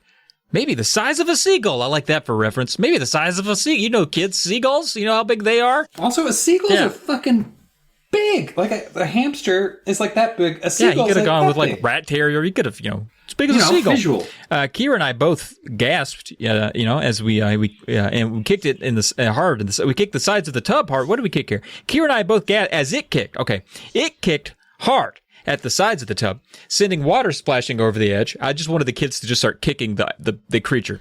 I kind of honestly, like, the creature kind of freaked me the fuck out, and it's just like, curb stomp it. If it has ribs, like, just end it. I couldn't keep a picture of it in my head. It's just like legs and suction cups, and I can't. Its body's squishy, and bleh. I was just like, I'm on the side of killing it. I bet we murder it. Like, I know this is a brand new life form, but maybe just. Yeah. Is it trying to get out? I cried. Of course it is. Of course it is. You have it trapped in a tub. The creature bounced against the tub, and the suction cups made popping sounds.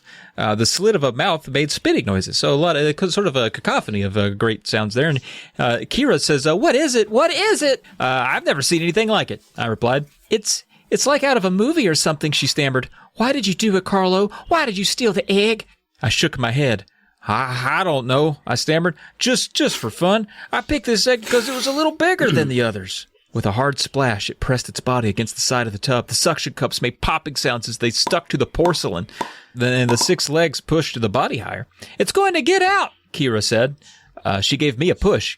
Get your mom, quick. But I hesitated. She shoved me again. We need her, Carlo. Hurry, get your mom. So Mom, turns out he goes down to the kitchen. She ain't there. Where's Mom? You would have thought Mom would have ran up the stairs the minute they started. She said her 12-year-old's up there, and then she just hears splashing and screaming. You're going to go check on him. And especially after what happened the last time during one of Carlo's playtimes. Yeah. Yep. Where he stole a homeless man.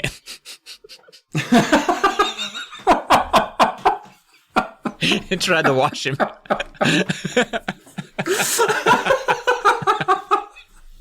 I just love the idea that it's like the thief's version of being it's just like, oh no, all these prostitutes are disappearing downtown, and they're just like in his basement hanging out, and they're just like, hey, can we go now? I mean, this is nicer than being on the street, I guess, but Carl's like, no, you're mine. It's like, okay. Can you tell your mom that we'd like more soda? Oh, man. But yeah, Mom's not there. And he sees a handwritten note on the kitchen table. It says, emergency at the lab, Carlo. Had to run out. Sorry, no time to tell you. I'll be home as soon as I can. It sounds like Mom had an emergency down there at the lab. I wonder what happened. Maybe they're an egg short or something. We'll see. And he decides to text her. So he's like, I'll text her. I'll run upstairs and get the phone. Uh-oh, somebody's spackler alert went off. What? Oh, what? Okay. What would make her book out of there, leaving her her kid and the neighbor's kids by themselves? I don't know. Maybe the sight of a giant spaceship over the fucking harbor? Like, maybe that's actually connected to why she fucking left in such a hurry. Like, her note's just like, big emergency, bye! And it's just like, oh, we found out we're not the only life forms alive. I wondered about that. I wonder if there would be a connection. So I'm gonna tie those 2 points together because I feel like that fits perfectly. She's a local biologist, and there's a spaceship in the sky. So he decides to text her, which she's not going to expect a text from Steven's phone. But anyway, he runs upstairs for the phone, and he goes up there and he realizes the creature now the size of a large cat. And I was trying to reckon that because it was just a seagull earlier. Now it's a large cat. I feel like that's the same size. It's weird to go from two different, very differently shaped animals, because it's hard to because the cat's long and but the bird's standing up. Pick just different types of cats, and now it's the size of a puma. But he also says large cat. Yeah, maybe he meant to say a large cat. He meant to say he's meaning it as a jaguar or a tiger. Maybe. Yeah, that kind of makes more sense. That's too. They would have killed Kira at that point because there's no way he would have been able to walk out of the bathroom with a jaguar locked onto him. Because he walks out there and the thing's on him later. So I think it's just a house cat size. It's just our Leonard or maybe a Ralph. I don't know which of your cats is bigger. One's flabby and one's fluffy, and they're about the same weight. Yeah, they're both equal. But it's now the size of a ambiguously large cat, and the legs are reaching over the tub. Those sausage legs just reaching out over the tub there, and looks down there for that phone. The screen shattered. Phone broken. Can't text his mother with the stolen phone. And then, when you thought it couldn't get any worse, the creature jumps out of the goddamn tub. Oh boy.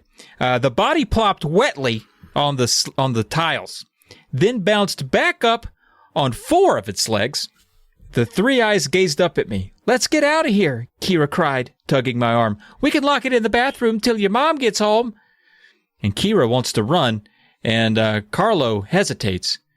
It's too late. It's too late. Let me tell you why. It's the creature. Where the fuck did I put that? With the 165. Too late. Oh, too late. But it's too late. Because the creature bounced up on 2 legs. It bumped into me, knocking me backward. It wrapped 4 legs around my thigh and pressed its suction cups into my jeans. Man, my sock hops didn't even go that well. Your what? Sock hops? It's a dance. It's a dance. I know it's a dance, but... Yeah. I say it wrapped 4 legs around my thigh and pressed suction cups into my jeans. I said, sock hops didn't go that well for me. So anyway, no, help, I screamed and tried to pull it off. But the creature had a hard grip, squeezing my leg and climbing higher. I tried to kick it away, but it didn't budge. I kicked and squirmed and tried to slam it against the wall. Get it off me! Get it off me! Kira backed out of the bathroom. No way! I'm not touching it! But it's squeezing my leg! I wailed. Hopping on 1 leg, I tried to kick it back into the bathtub, but the creature held on tight, clinging to my leg. Can you walk? Kira demanded. Can you drag it outside? Huh? Outside? She nodded.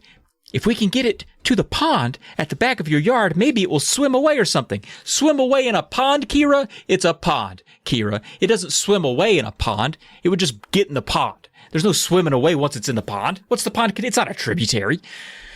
But I sputtered. By the way, none of that was said by that was all me. Just to make that clear. That was not. No, yeah. I assumed that the water feature commentary was you and not a 12-year-old. A bit of a diatribe on my part. But I sputtered. We can't just let it loose. If other people find it, let's worry about that later. She said. Do you really want to squeeze your leg off?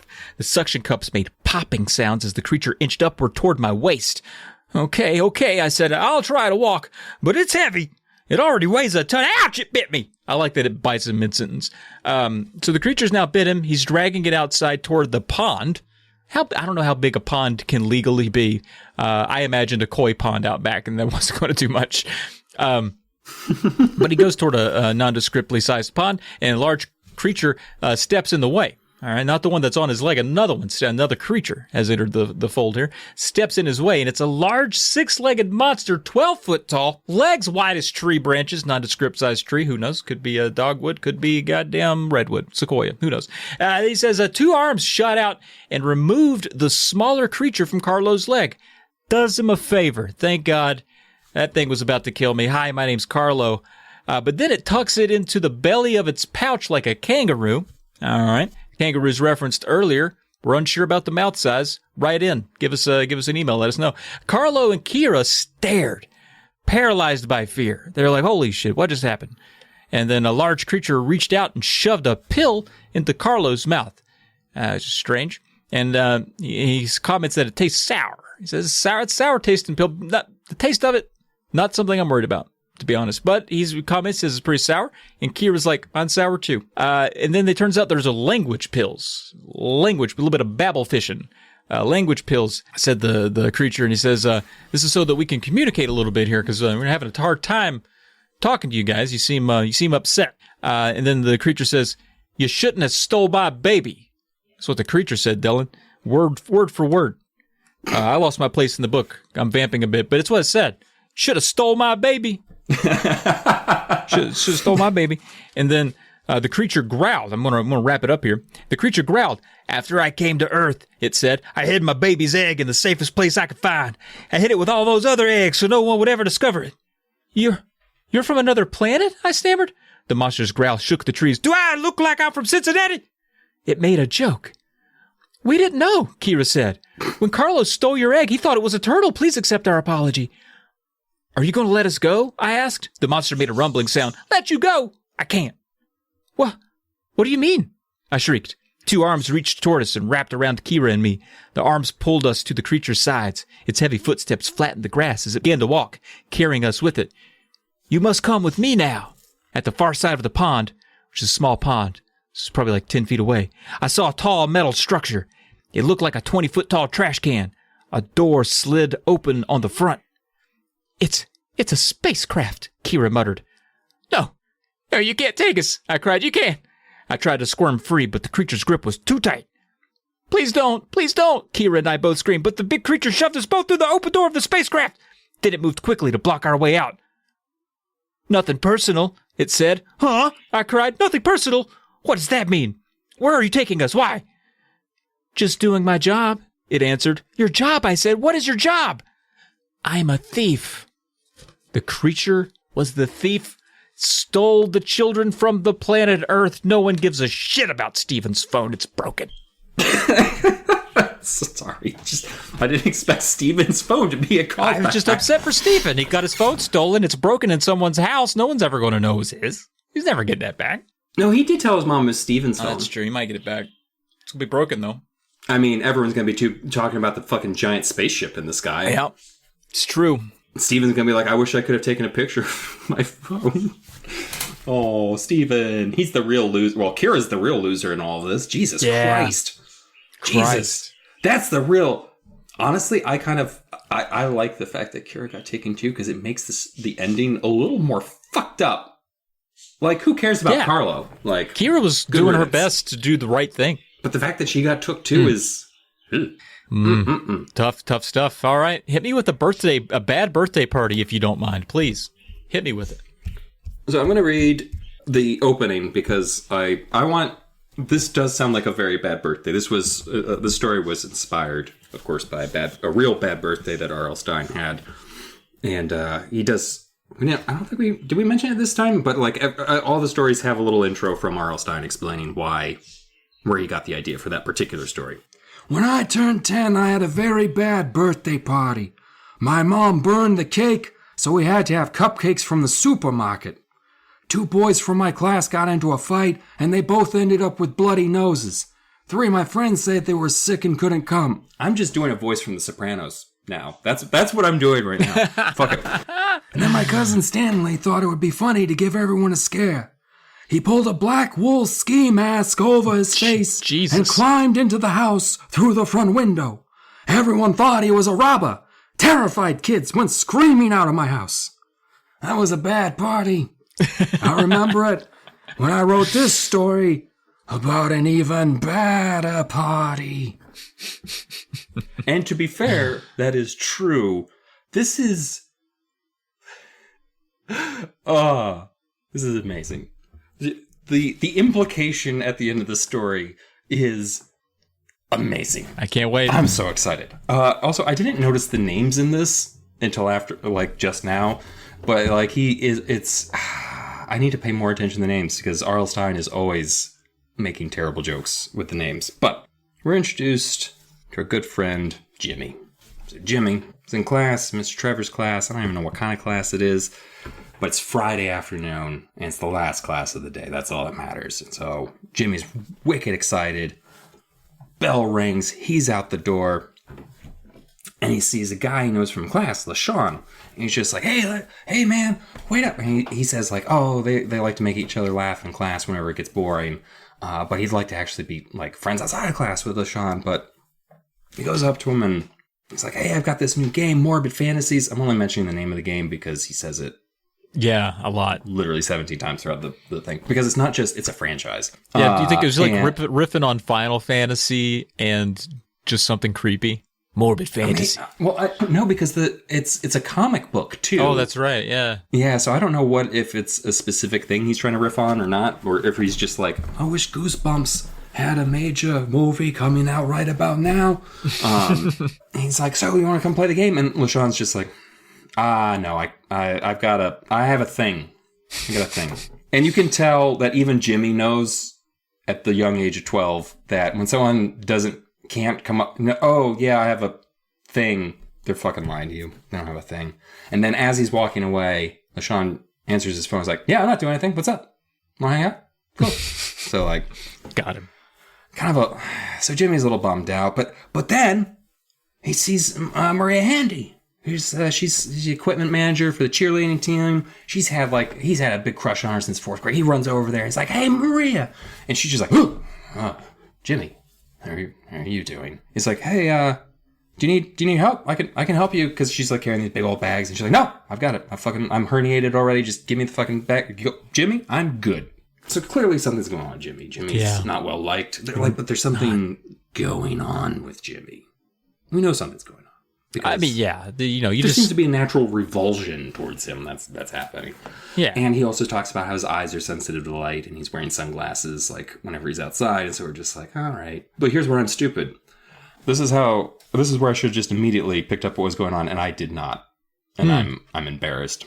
And then if I didn't pick it up here, I should have picked it up with his cousin's name. So I'm Jimmy Lupo. Now, oh, God damn it! Yeah. Yeah. If you don't know, lupus, lupine, all references to wolves. So Lupo, he's the loneliest little kid in Griever Falls, and so he knows why he's lonely. But what are you gonna do? So he's gonna go play Xbox, but we don't know why. We can't see him. Is he hideous? Like, are these children judging him based on his appearance and not his inward personality and characteristics? We don't know. But as he's about to get home, someone says, like, hey, Jimmy, wait. And I'm thinking, like, he said he doesn't have any friends, little fucker. Clearly lying. This sounds like a friendly voice, but it's his cousin, so it doesn't count. And her name's Lucy Wolf. Yeah. There's an E at the end of it. There's an E at the end of it, so maybe it's not the animal, but, you know. Still, ham-fisted. And I don't actually believe you can't be friends with your cousin. But Jimmy does say that. He's just like, you're fucking family. You don't count as my friend. And she's like, that's fair. Yeah. Because he's like, she's my only friend. But that's because we're cousins. And our families are super close. And we've also known each other since we were babies. Like, he's making it sound like you'd have to be like, you kind of have to be imprinted on me to, like, be friends with me. Otherwise, you're going to hate me. Pretty much. And they keep referencing little oddball things that, unless you've read a dozen Goosebumps before, you're probably just like, oh, they're eating a lot of beef sticks, and he makes comments about being hungry all the time. I'm sure that's nothing. So they're hanging out in his room now. She makes a comment, something about, like, you don't want to spoil your appetite. It's like, you know it's impossible to spoil my appetite. She's like, okay, calm down. Jesus. And then she asks him about, I didn't see you at Courtney's birthday party. Because Courtney literally invited everyone in the class but Jimmy to her birthday party, which is a little rude. And he's like, do you want to play Morbid Fantasies? And she's like, no, I'd rather fucking stick ice picks in my eyeballs. And he's just like, all right. And she says, shave my eyeballs. Which is funny because I didn't see eye at first, and she was like, I'd rather shave my balls. And she's like, I fucking dig Lucy. She's real cool. She's just like, yeah, it was a really bad birthday party anyway. The pizza was cold, and like Will Monroe threw up on the presents, and that does sound like a bad birthday party. Like, dude, anytime you're mentioning puke as a kid, when it's just like it's on the presents. Domino. Yeah. Oh. And like Courtney, we probably got a lot of clothes because she's a girl. Yeah, so she probably didn't get toys or some cool shit. Actually, if you're 12, you're probably getting clothes anyway. Yeah. You're growing out of stuff so fast. Games, I mean, books, got to spend the money anyway. Might as well wrap it. So Jimmy's just basically, I wish I had some friends. It's great to have a cousin, but like you can't do everything with a cousin. I wish you could. Like, I need to make some friends. And he's like, what are you doing this weekend? And Lucy's like, oh, I'm going to a car show at the convention center with Amy and her brother. He's like, oh, cool. Can I come too? And she's like, And he's like, okay, I get it. Amy and her brother wouldn't want me there. And she's like, dude, I'm sorry. He's like, that's fine. I fucking hate cars anyway. I just want to play video games. I don't need friends. Which is true. It's perfectly valid. So it gets a little weird at this part. We've got a typical dinner scene. They're making lamb chops. I had already eaten 2, but I still felt hungry. I took 2 more chops and passed the platter to Dad. 4 pork chops. Yeah, I mean, how big were they? Pork chops. Pork chops. Yeah, but how many pork chops did they make? Seriously. Probably going to get that pack of 8. Oh, lamb chops. Excuse me. Lamb chops, not pork chops. Oh, yeah. Oh, ooh. She's like, do you have any plans this weekend? It's like, no, I'm just going to be home depressed and sad and alone, like always. And she's like, well, I bumped into Lucas's mom at the store, and I said, you guys should hang out this Saturday. And Jimmy kind of loses his shit. Like, he's like screaming. He's just like, why is he? Are we children? Are we in kindergarten? You've made a play date for me with Lucas? Like, I can't believe that you do this to me and just ruin my life like this, Mom. And when how embarrassing is this? I said, my mommy is going to take me to a play date. Will there be cookies and milk? Will Lucas and I play Chutes and Ladders? Will there be Play-Doh? It's like, Play-Doh is still cool. This all sounds still fun to me. I'm 40. I schedule those nights for myself all the time. Play-Doh night? It's a great night. His dad's like, can you just fucking dial it back a little bit? And then he actually does like something that most of the kids don't do when they have their little flip outs and these things. He's just like, he takes a couple deep breaths and he's like, thanks, Mom, I appreciate you trying to help me out.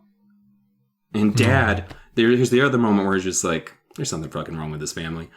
Dad grinned. He had lamb chop juice all over his chin. He likes it when I'm polite to Mom. Yeah, that was weird. Dad's covered in lamb blood. And he's just like, I love when you're polite. So I'm thinking genetic. I'm feeling like these are genetically heritable traits. And there's another moment of, he goes to see Lucas at school. Like, he's at the lunchroom and the seat across from him is empty. He's like, hey, Lucas, is this seat taken? He's like, yep, it is. It's 100% taken. And Jimmy looks around and there's no one headed towards the table. He's like, oh, all right, cool. Well, thanks. Cool, catch you Saturday. And Lucas is like, the fuck are you talking about? It's like, oh, his mom didn't even tell him yet. All right, cool. So Jimmy gets driven over to Lucas's mom that Saturday. It's going to be a great time. I don't know about you, but if I was in this situation, my stomach would be hurting the entire way over there. I'd be like, please, you can just leave me by the side of the road. I don't want to go to this house because I feel like this is going to go awfully. And it does. It looks like it's a super nice, fancy house. There's 2 identical SUVs, making me think, are there like bodyguards in the house? Like it's very, like it's a big house. Everybody's got a big house. And he goes up and he knocks on the door. Well, this Jimmy doesn't have like 6 guest rooms and his own special above the garage apartment on top of his bedroom and stuff like that. Like little Jimmy, he sleeps in a crawl space or something. I don't know, in dog bed. So he goes up, he knocks. He's about to press the doorbell. And Lucas's mom opens the door before he even has a chance, which makes me think, oh boy, this is just awkward all up and down. Mom doesn't even open the screen door. She's just like, oh, Lucas is sick. Sorry, I left you a message. Did you not get it? Oh, sorry. Slam. Basically. She doesn't, it's not that rude, but it's, I left you a message. Did you really?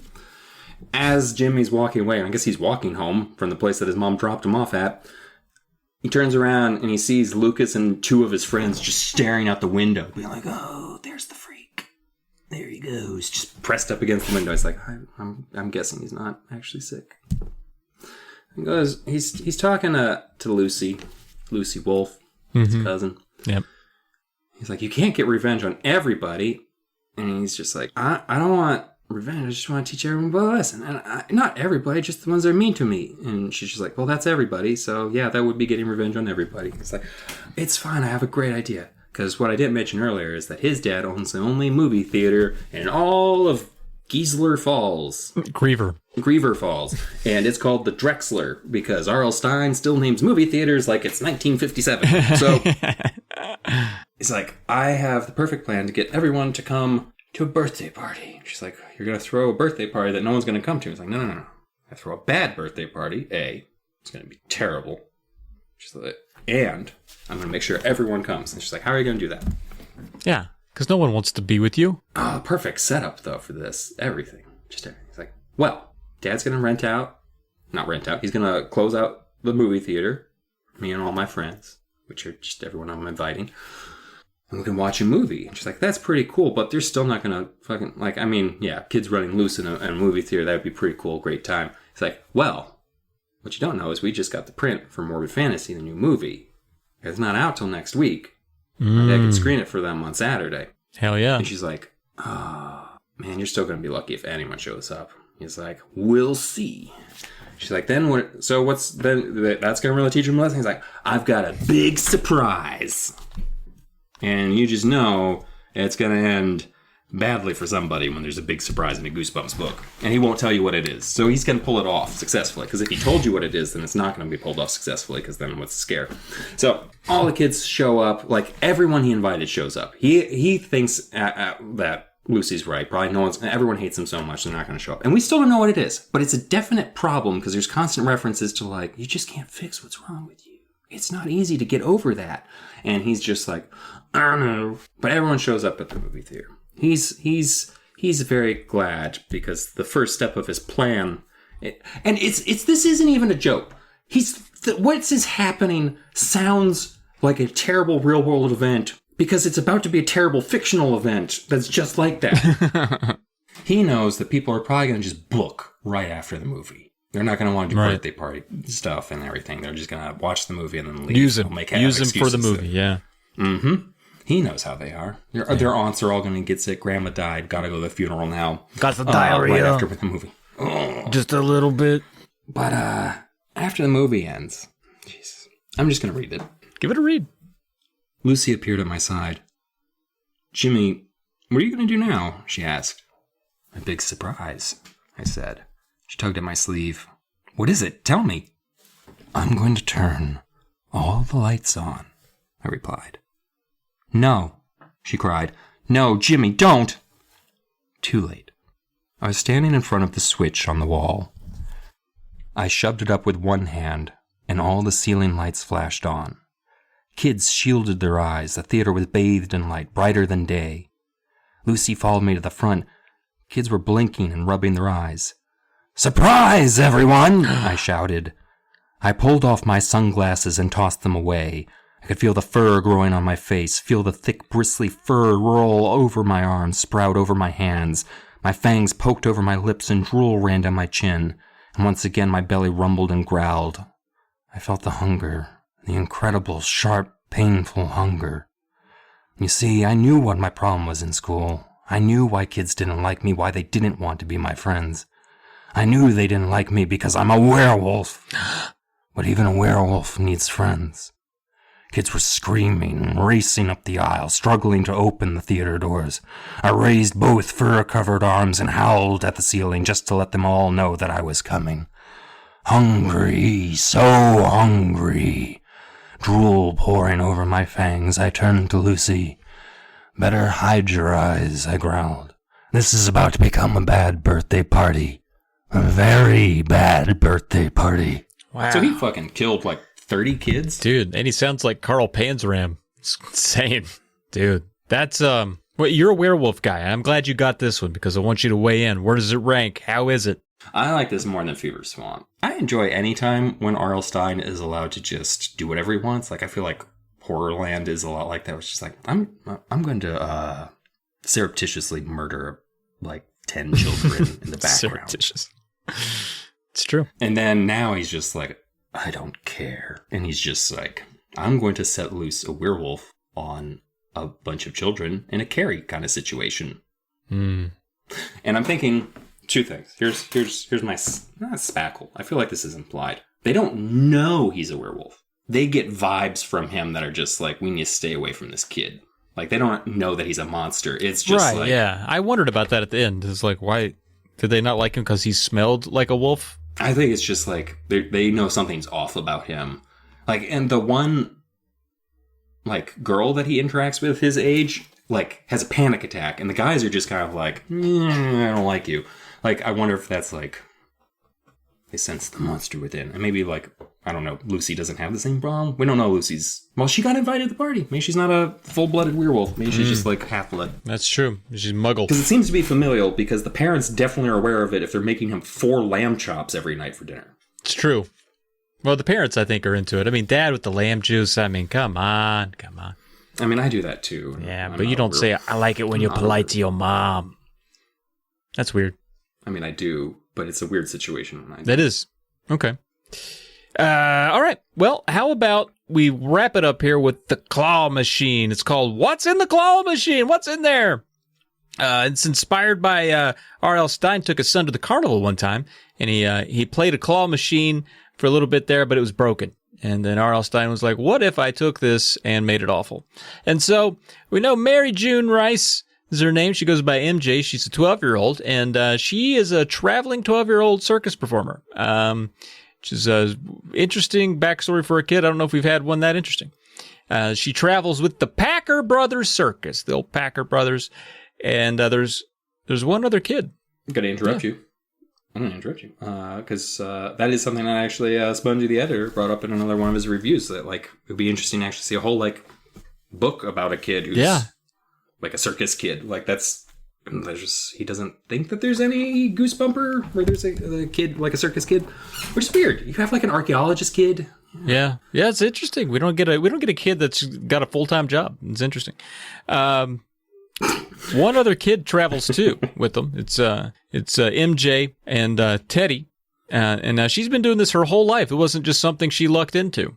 She's been a traveling circus kid since the womb. And Teddy, he is the son of Ronaldo Packer. That's the ringmaster. You put that together there. Packer Brothers Circus, Ronaldo Packer, Teddy Packer. And Mary June Rice, again, is our main character. And her dad runs the Chimp Show that's attached to this traveling carnival. It's Rice's Famous Chimps is the name of his little outfit there. So her dad does chimps, and part of the circus, and they try to get the chimps to do tricks. This is their thing. All right, they don't mistreat the chimps. And during the shows, they try to get the chimps to do stuff like jump through hoops and do all kinds of flips and things like that. And the chimps just never do the tricks. They just defy the circus performers, and that's it. That's the whole joke. It's the whole trick. There's no trick. It's just chimps. They just have chips, I think, is the thing. I feel like they have to do something at some point, right? It's not just... I wondered that. That can't be the whole act, is that they just sit that's there. Funny for like a minute. For 10 minutes? Yeah, that's How expensive are these animals? Like to feed and care for? That they just sit there. Yeah, I know. I was blown away. Maybe they get them to do other stuff like math or something. I don't know. But maybe they use them to rob banks. Oh, now that I do like. That's how they really earn money. Yeah. Sequel to Point Break needs chimps. Didn't they remake that recently? Did they put chimps in the remake? They did. Apparently it was terrible. There were no chimps, unfortunately, no. But Ozzy is one of the chimps, and that's MJ's favorite of the chimps. I think there's about 5 chimps, but Ozzy, he's her favorite chimp. He just loves bananas and neck massages, which I think is probably most chimps, but it stands out here for Ozzy. He's addicted to bananas, loves some neck massages here and there. And Teddy, he goes over to MJ's trailer there because they're traveling circus kids. They have their own trailers out there at the circus on the circus court. He goes over there and he asks her. He says, "Hey MJ, there, you want to venture out around the carnival, play some games? I just heard they brought a new game in over there near the arcade. Check it out, see what they got going on over there." Which is now I'm starting to see carnival life's a good life. You just get to go play games all the time and hang out with chimps. I'm kind of into it. MJ says, "I will only go if I can take Ozzy. You know me and this chimp. We never separate. If I'm going, Ozzy's going." And Teddy's like, "But, you know how my dad doesn't really like it when the chimps are let out, and around people. You know how they eat faces sometimes when they're scared." Yeah, did you? Oh, wait, no, this is spoiler second. Maybe. We leave we leave Ozzy behind, and me and you just head over there. And she's like, "No, I promise. We're taking Ozzy. He'll be on good behavior. Don't worry about Ozzy." I'm like, all right. So they head over there, and they arrive at this new thing. It's a claw machine. Yeah, they got a newfangled claw machine down there at the arcade, the fancy arcade. They got a claw machine. These kids are wanting to play a claw machine. Let me tell you. I feel like you don't see that often. To be not as enthralled with the claw machine as these kids were. I'm not buying that the kids would get jazzed about a new claw machine. I would be like think about you're a kid. The carnival is like one of your constant entertainment venues, like, from town to town, like this is what they've got to like hang out at, like on off hours. Of course they get excited when there's new machinery in there that they can fuck around with. I guess. Can you not let them have any joy before they die? Anyway, I stared into the wide glass case, okay? This is MJ talking. The bottom of the case was filled with dozens of large clear plastic eggs. There was a different prize in each egg. I saw balls and yo-yos and rubber lizards and big dice and Rubik's Cube games and flashlights and magic tricks and miniature fruit and little stuffed animals. Ozzy pressed his face against the side and gazed in, too. I think he had his eye on an egg with a plastic banana inside. You know that Ozzy. He loves a banana. Men. Well, Teddy, he convinces MJ. He says, "Why don't you give this machine a try, MJ? I mean, shit." And she's like, "Well, I'm going to need change for this, and I'm just a poor traveling circus performer. I don't have a good steady income." And he's like, "Well, don't worry about it. Dad gave me the key, the special key. I just got to stick it in down here, twist it, boom. Now it's on free play. We can move the claw as many times as we want." And she's like, "Well, shit. All right." Well, she gets excited and she's like, "You know what? I'm going to go for the little mermaid doll down there with the flashing eyes. That seems like a neat piece of garbage I could win and throw away maybe immediately because it doesn't sound like a very fun thing." And at some point, so little kids come over. They see Ozzy and they're like, "Oh shit, a chimp! Get out of here!" And they run over there. They're like, "Hey, could we put hands on this chimp right now?" And she's like, "No, go away. I'm trying to focus." And the kids leave away sulking, and even the parents were a little upset. They're like, "Jesus. Okay, wasn't very nice in regards to that small monkey. Maybe it was another child, and that'd have been weird." Can we pet your little kids brother? Just wanted to walk over and pet a hairy child. Can I go pet Mom, Dad? Can I pet that hairy child real quick? Anyway, so she manages to get the claw to pick up the egg with the mermaid, and it travels a bit, looking hopeful, and then falls right back into the pile of plastic eggs. Goddamn, these things are rigged, I bet. And now Teddy tries it. He's like, "Give me a hand at that. It didn't look that hard." And he goes after. He sees a little tiny red squirt gun. I don't know how big these eggs are. There's a squirt gun in one of them. And he gets over there and he's like, "I'm going to get that squirt gun there in the middle." He goes, "Watch how a pro does it." He's getting all cocky. He's cracking his knuckles. And he gets to go in there. And the claw, right as he's lowering it down over that plastic egg, he's about 3 inches from the egg. And all of a sudden, the claw stops. Well, if it's the claw machines that I'm thinking about with the steam shovel attachment rather than the 3-prongers, those usually are a bigger a bigger prize haul, so maybe. Yeah. Maybe a big plastic egg. Okay. Well, it stops about 3 inches, not moving. They're like, is it frozen? What's going on with this thing? Then Teddy's like, man, new machines never work right. And it's like, well, that's bad engineering. The new ones should work way better than the old ones.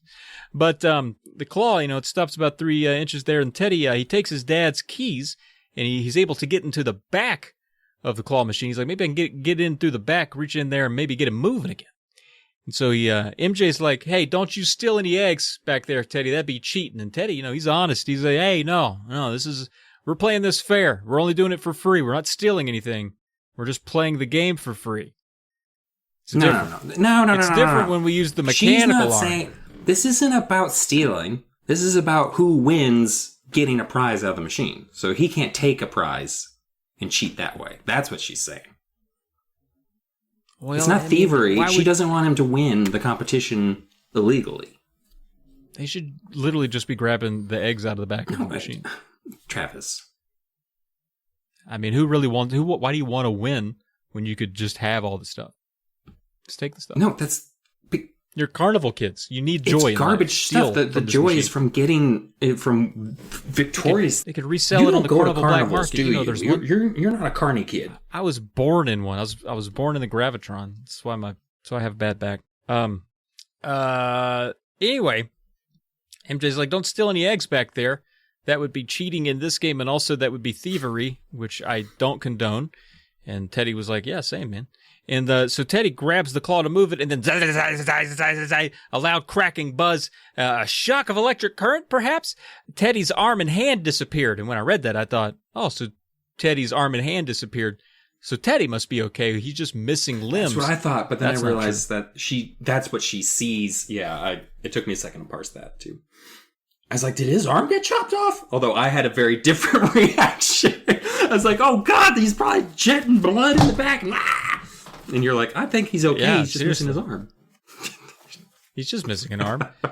His arm and hand disappeared, but that was because that was all she saw, and then it disappeared. And she calls for Teddy. She's like, hey, Teddy, what are you doing back there?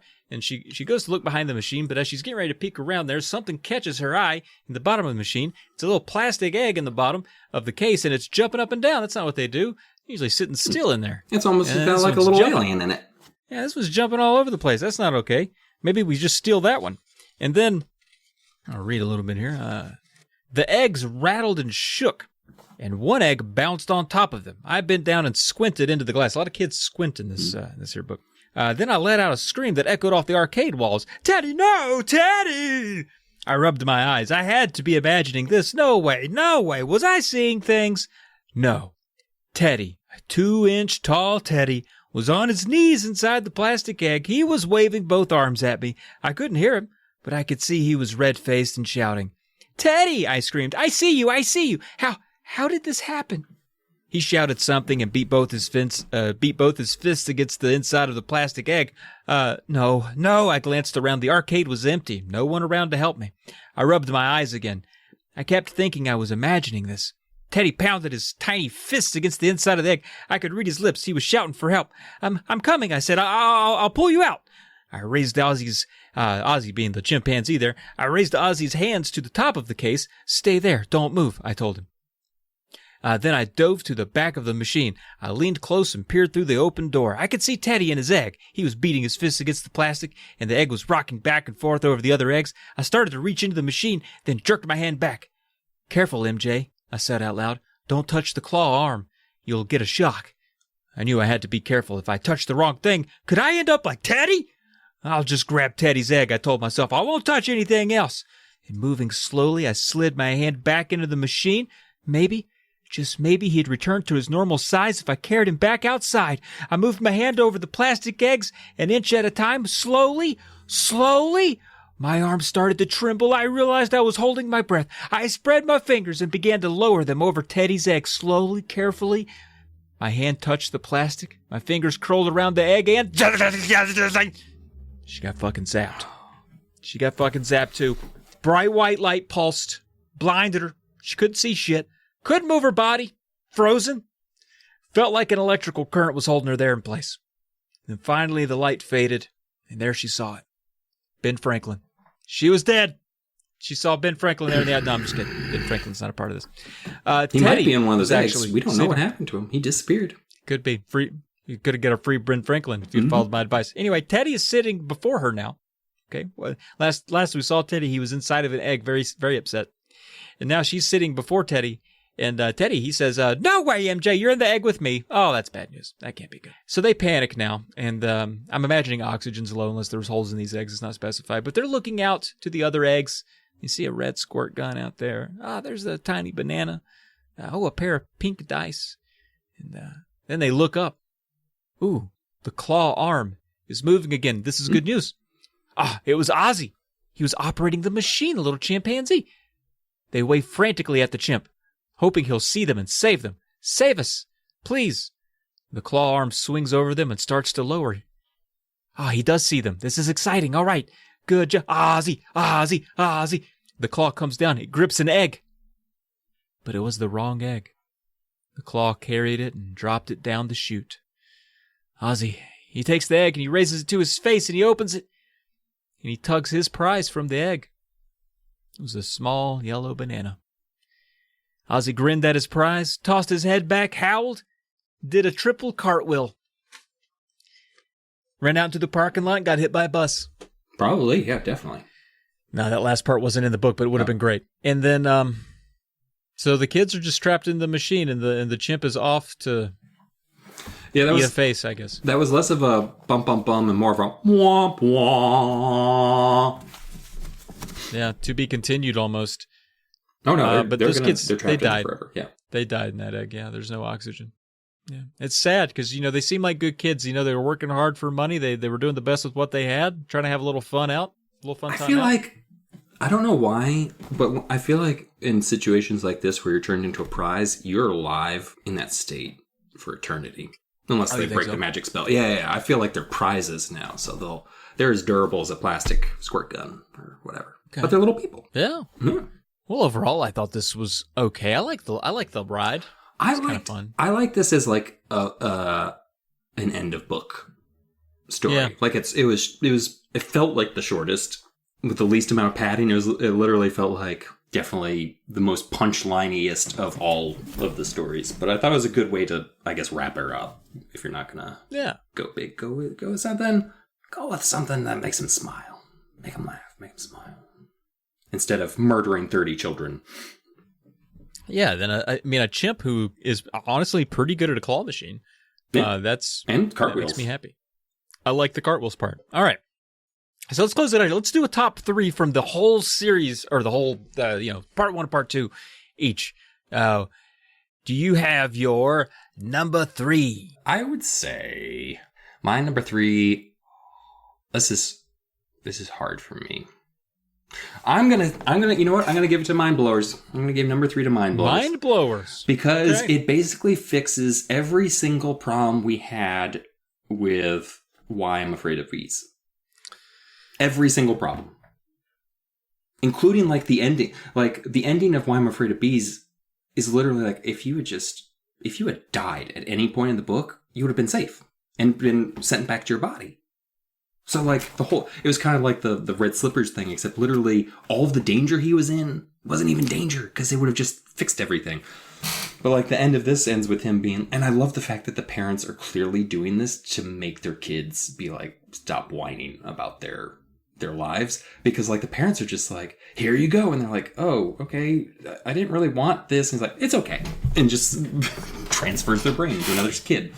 So I actually enjoy Mind Blowers, because it is one of those ones where it's just kind of like, there's another layer under there that isn't explicitly stated out, but you can tell, like, the two sets of parents differently have agendas for why they're swapping their kids out. What's your number 3? I do like how that one fixed Why I'm Afraid of Bees. I appreciate that. It almost made my list. I feel like I end up being a little bit more biased to my own stories because I spent more time with them. It's just the way it is. But Mind Blowers is, I would almost call it my number 3, but I think I've got to go with the stopwatch from last episode. I liked the idea of the stopwatch being able to stop time. I thought that was cool. being able to kind of mess with people. I think that was like something, as a passive aggressive, revenge filled 7-year-old. I was like, I wish I could stop time and run over there and give that guy a wet willy. That was probably a fantasy of mine. But then also I like the way that it ends in this very like sad, desperate way where, and in a way that makes sense. He's just frozen in the closet. Yeah, in a way that makes sense too. Like it's not goofy or weird or like their expiration date. It's very much like shit. The button broke, and it's like. It's funny, I'm actually a little more solid on the first half than I was. Like, thinking back on them, like, I actually do really like Mind Blowers and the Stopwatch more than I remember. And I kind of like Kids Rule and how it ends in terms of, like, we're trapped here for another year. And the one guy's like, I have to build a whole new machine. And like, but his two friends are just super excited. All right, number 2. My number 2, I really like The Ghost in the Mall, kind of the same way like The Hole in the Ground. I just kind of like how kind of surreal it gets towards the end. And I love that, like, the ghost, like, drives him into his room by, like, just blowing the whole house apart with, like, setting off the security alarms and opening and shutting all the doors and windows and just, like, chasing him in there. And then pulls him into the wall. Like, whew. So I Ben Franklin, man. That's probably where Ben Franklin is. It's like a Narnia situation, but it's in the walls of people's houses. You just gotta dig. That's right. Just gotta dig. What's your number 2? My number 2, man, this was tough, but I think it's got to be Spider Salad. Really? Yeah, I think so. It's weird because in some ways I think I could make the same argument that I'm going to make for why I like it is also a reason why it might be like the worst story. But it's like the parent is garbage, and like we kind of talked about, like the kid's motivation never really make sense. He's not a consistent character. But there is something so weird about this kid that he has his own kill room his parents are letting him have, and his mom doesn't even, she's like, take a joke. Like that was like more callous parenting. Like typically if an adult is off center in a like in a Goosebump, it's usually like a shop owner or a teacher or something. It's never the parent. And for the parent to be like, toughen up, you loser, get out in your playroom that we built for you and don't come out. There's no windows for him. There's no dad mentioned, right? Well, he does mention that my mom and dad built the room in the garage. We just never see the dad in the story, I guess. Yeah, I do like how uneasy I felt reading it.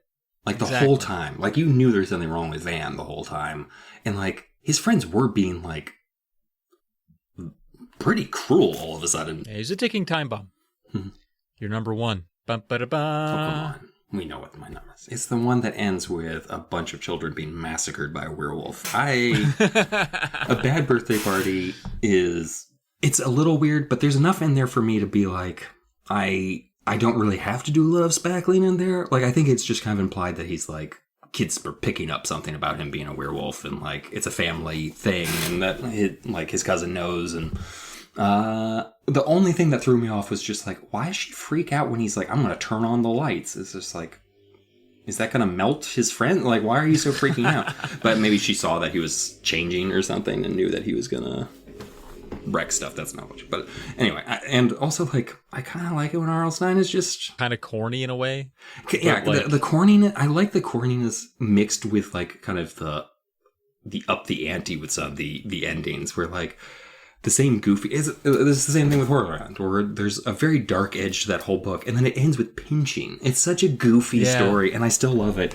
And the same thing here, where it's just like, I'm gonna throw a bad birthday. But it's almost the opposite, where it's just like, well, I'm gonna show them a really bad birthday party, and then he murders them all. Like the darkness is the ending, like the last 5 seconds of the story, basically, and the rest of it's just kind of like, oh, everyone picks on me. I'm kind of sad, and it's like it is true. Like, yeah, the revenge did not match the. I don't know. It was just getting kind of picked on. I mean, he is also a werewolf, so his moral values are probably a little different. Yeah, that's a good point. Well, my number 1 is the thief. I liked the description of the monster, all the leg sausages, the suction cups. I like that this kid got his comeuppance for stealing a turtle. Or trying to steal the turtle. I liked that when it ran outside and we got to the pond, the book didn't end there. There was a larger creature waiting on him to steal him, to make the whole thief motif complete. And I just really enjoyed that one. I thought it was a lot of fun. I I really like, and I think a lot of it has to do with, Goosebumps as sort of this, iconic, the imagery is very iconic, the covers are iconic, and I really crave like the monsters from the cover sometimes in these books, even though like I really, most of, you and I both have an affinity for true crime. I want there to kind of be like a dark, shadowy figure sometimes. Yeah. Sometimes I like it when it's just a colorful, over the top, Vienna sausage fingered, suction cup covered monster from outer space. That was like your main. Really, I feel like really your only problem with was it Terror in the Deep, the shark one, where you get 2 brief mentions of a giant sea monster and it never really like deliver, and that's like mermaids. I was like, Trav the whole time is just like, I want the fucking tentacle monster. Yeah, I have to play with mermaids all day with my 5-year-old. Give me a monster. I need a monster. Well, the monster was a young grad student. Oh, that's true. Man. Goddamn. All right. Well, I think that wraps us up. That's our last bonus episode before we start recording some season 3. I'm stoked. I can't wait for that. That'll be, God, the way we record, that'll be years from now. But we'll be recorded soon, so I'm excited for that. And I think it's going to wrap us up here. So if you want to reach out to us the way that Spongy did, you can reach out to us on Twitter at SayCheeseAndPod. That is SayCheeseAndPod on Twitter. You can also reach out to us on our email address, which is wegotgoosebumpspodcast@gmail.com. Again, that is wegotgoosebumpspodcast@gmail.com. And lastly, if you'd like to support the show and the other shows on our network, you should check those out. We've got my other show split up. We've got Travis's 6 other shows. We have Point and Drink Adventure. We have, what's that one that those kids are always doing? The Indie Quest. Indie Quest. Oh, the kids love that. And Uncle Duck. Kids love those hipstery games. You can support us at www.patreon.com/polykill. And Trav, do you want to take us out with a reading from the back of the next book? I don't have it. I think we did that on the last episode. Oh yeah, we did. We did do that. I don't know. Yeah. It's the one with worms, spiders and worms. Right. So we're gonna spiders and then. What is it called? It's like we're getting wormy. We've got worms. We've got worms. We've got them. We've got worms. I don't though. I just want to make that clear. That was a joke.